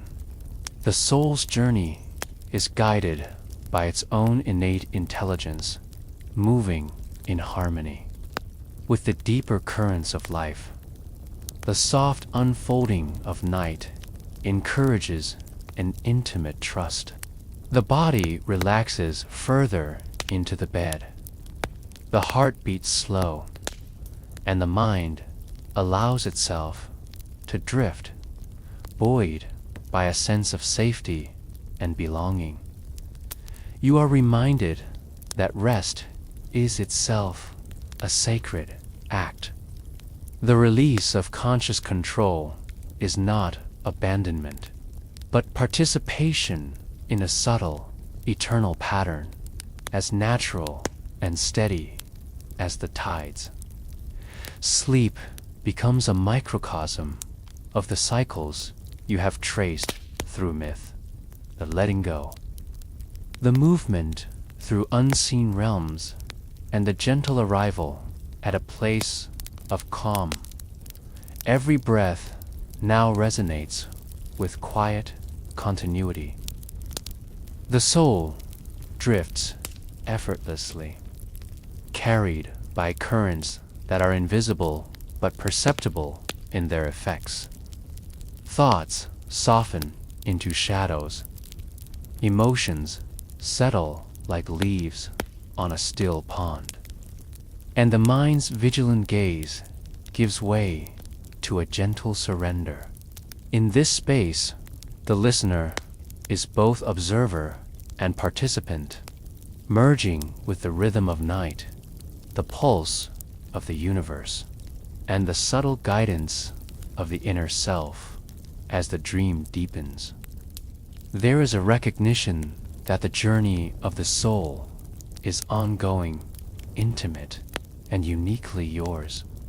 You touch upon realms both familiar and unknown, not with urgency, but with gentle curiosity. The Norse understanding of multiplicity and continuity becomes a lens through which to perceive your own nocturnal voyage. Each movement of consciousness, each subtle awareness is part of a sacred choreography, unfolding quietly beneath the surface of ordinary perception. There is no conclusion, no final verdict, only the ongoing flow. The spirit moves, rests, and integrates, ever part of a larger pattern that transcends conscious understanding. The cycles traced in myth across cultures and within personal experience converge here, in the quiet, in the stillness, and in the gentle surrender of sleep.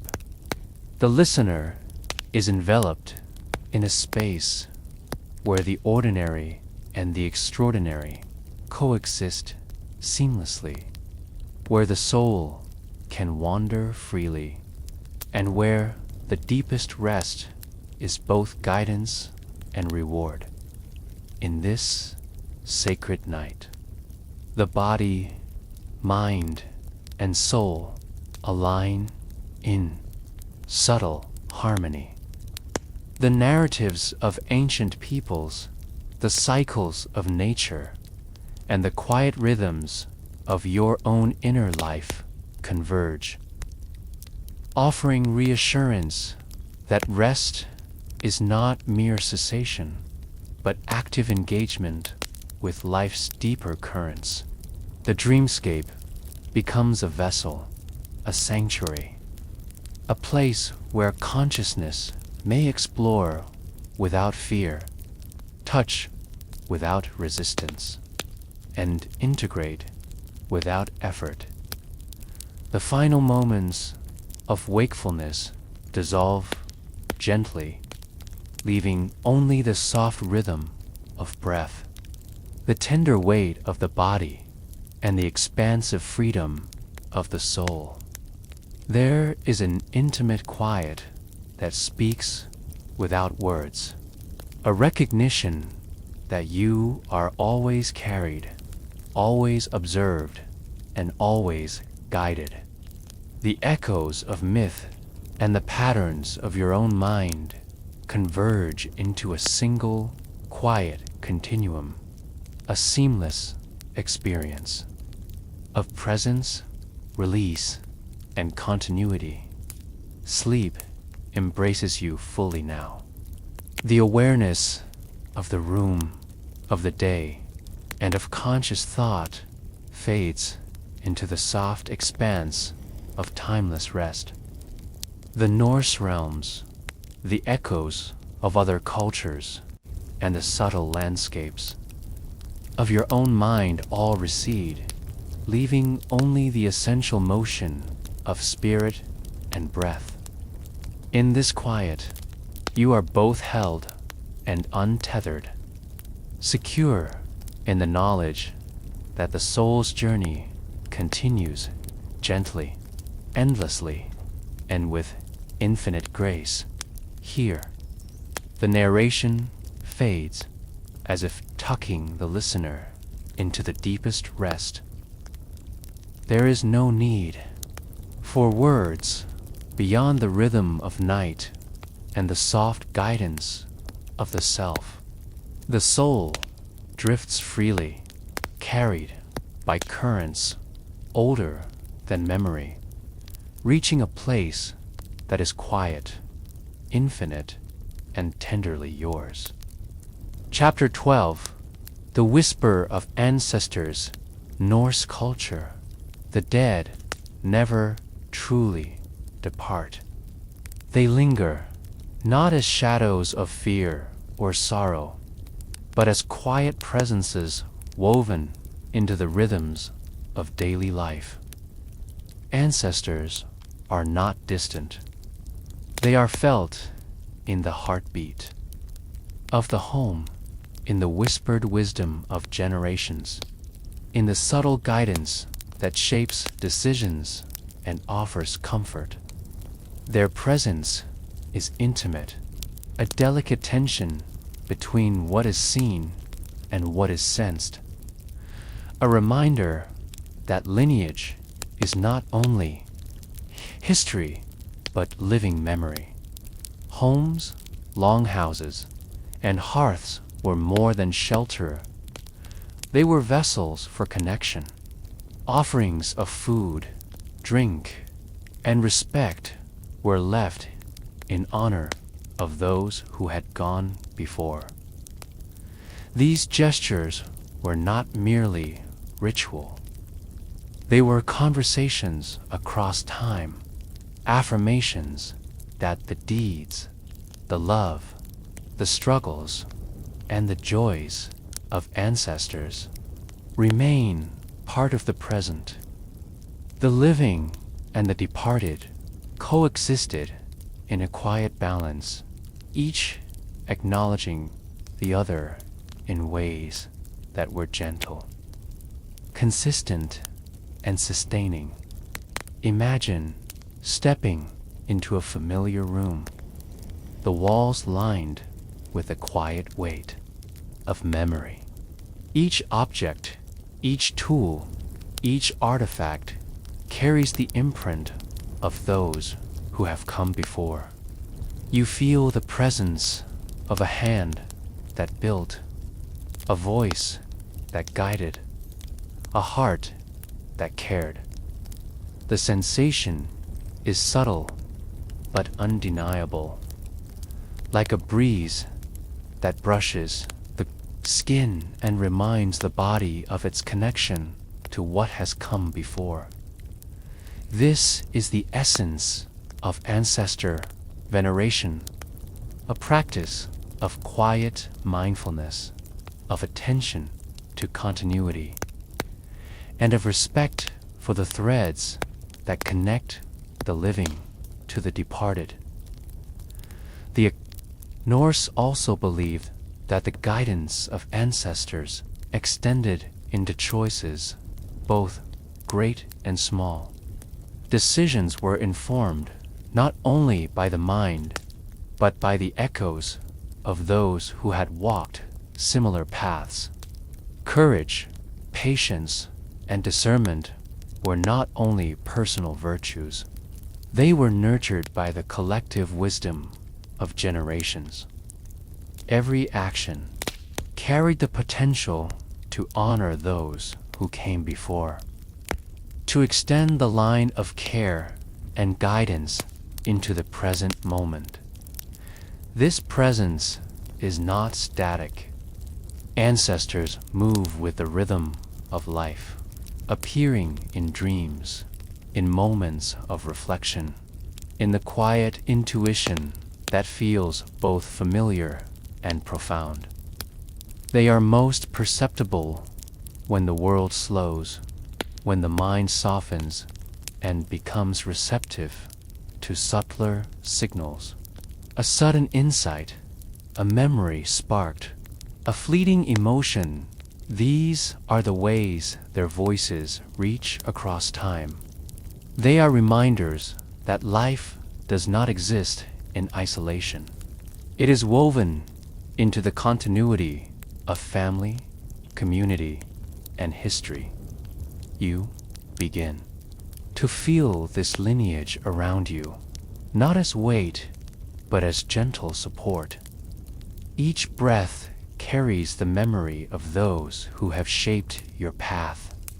Each heartbeat resonates with the silent encouragement of hands long gone, but still present in influence. The sense of self extends beyond the individual, merging into the shared presence of ancestors who have guided, protected, and nurtured in ways both overt and subtle in the Norse worldview. Honoring ancestors was also a way of acknowledging mortality and the passage of time. Life is transient, but memory is enduring. Through rituals, stories, and the quiet acknowledgement of daily life, the dead continue to exist in a form that is both protective and instructive. The living honor them not out of obligation, but out of recognition that their own existence is part of a longer continuum, a current flowing from past to present, carrying with it the lessons, the love, and the courage of those who have come before. Imagine walking through a forest where each tree represents a memory, each rustling leaf a whispered lesson from an ancestor. You feel the guidance of the past in every step. Your own presence becomes part of a long, unbroken line, each breath and movement echoing those who preceded you. The experience is grounding, reminding you that life is a continuum, that even as the body changes and the years pass, the essence of family, of heritage, and of shared experience remains a quiet, guiding force. Objects within the home, simple tools and everyday items were often touched with reverence, their use acknowledging the skill and effort of ancestors. Even the act of preparing a meal, weaving cloth, or carving would carry significance. These acts were imbued with remembrance and awareness that each motion connected past and present, that the skill handed down through generations was a living bridge between worlds. Ancestors were also remembered through story sagas recounted around firelight, tales of valor, kindness, mistakes, and triumphs. Each narrative reinforced the connection between past and present, offering guidance without compulsion. In listening, one absorbed the wisdom of lived experience, often recognizing patterns that resonated with current challenges. The stories were not merely entertainment. They were instruction, solace, and affirmation of continuity, softly shaping the hearts and minds of those who listened. The influence of ancestors extended even into dreams. In the quiet of night, the mind opened to subtle currents that could carry guidance, warnings, or reassurance. Dreams were interpreted with care, understood as a medium where the living and the departed might communicate. The Norse believed that such interactions were natural and sacred, a sign that life and death are interwoven, that wisdom persists beyond physical presence, and that the continuity of experience flows through conscious and unconscious awareness. Alike, you begin to notice your own breath aligning with this subtle ancestral rhythm. Each exhalation releases tension, softening the boundaries between past and present. There is a quiet warmth in feeling the support of those who have gone before, a comfort in knowing that life is never entirely solitary, that every action resonates with the echoes of experience, care, and guidance that stretch back through time. Norse also believed in the protective qualities of ancestors. Their presence was not distant or passive. It was active in subtle ways. Obstacles, fears, and uncertainties encountered in daily life could be softened by the silent guidance of those who understood the path. Even without conscious awareness, the lessons and influence of ancestors informed intuition, judgment, and perspective. There is a profound reassurance in this knowledge that life is held, observed, and nurtured by forces older and wiser than the individual self. Consider the feeling of sitting quietly, eyes closed, and sensing a presence that is both intimate and expansive. You are surrounded by those who came before, not as phantoms or impositions, but as companions in understanding, teachers in patience, examples in courage.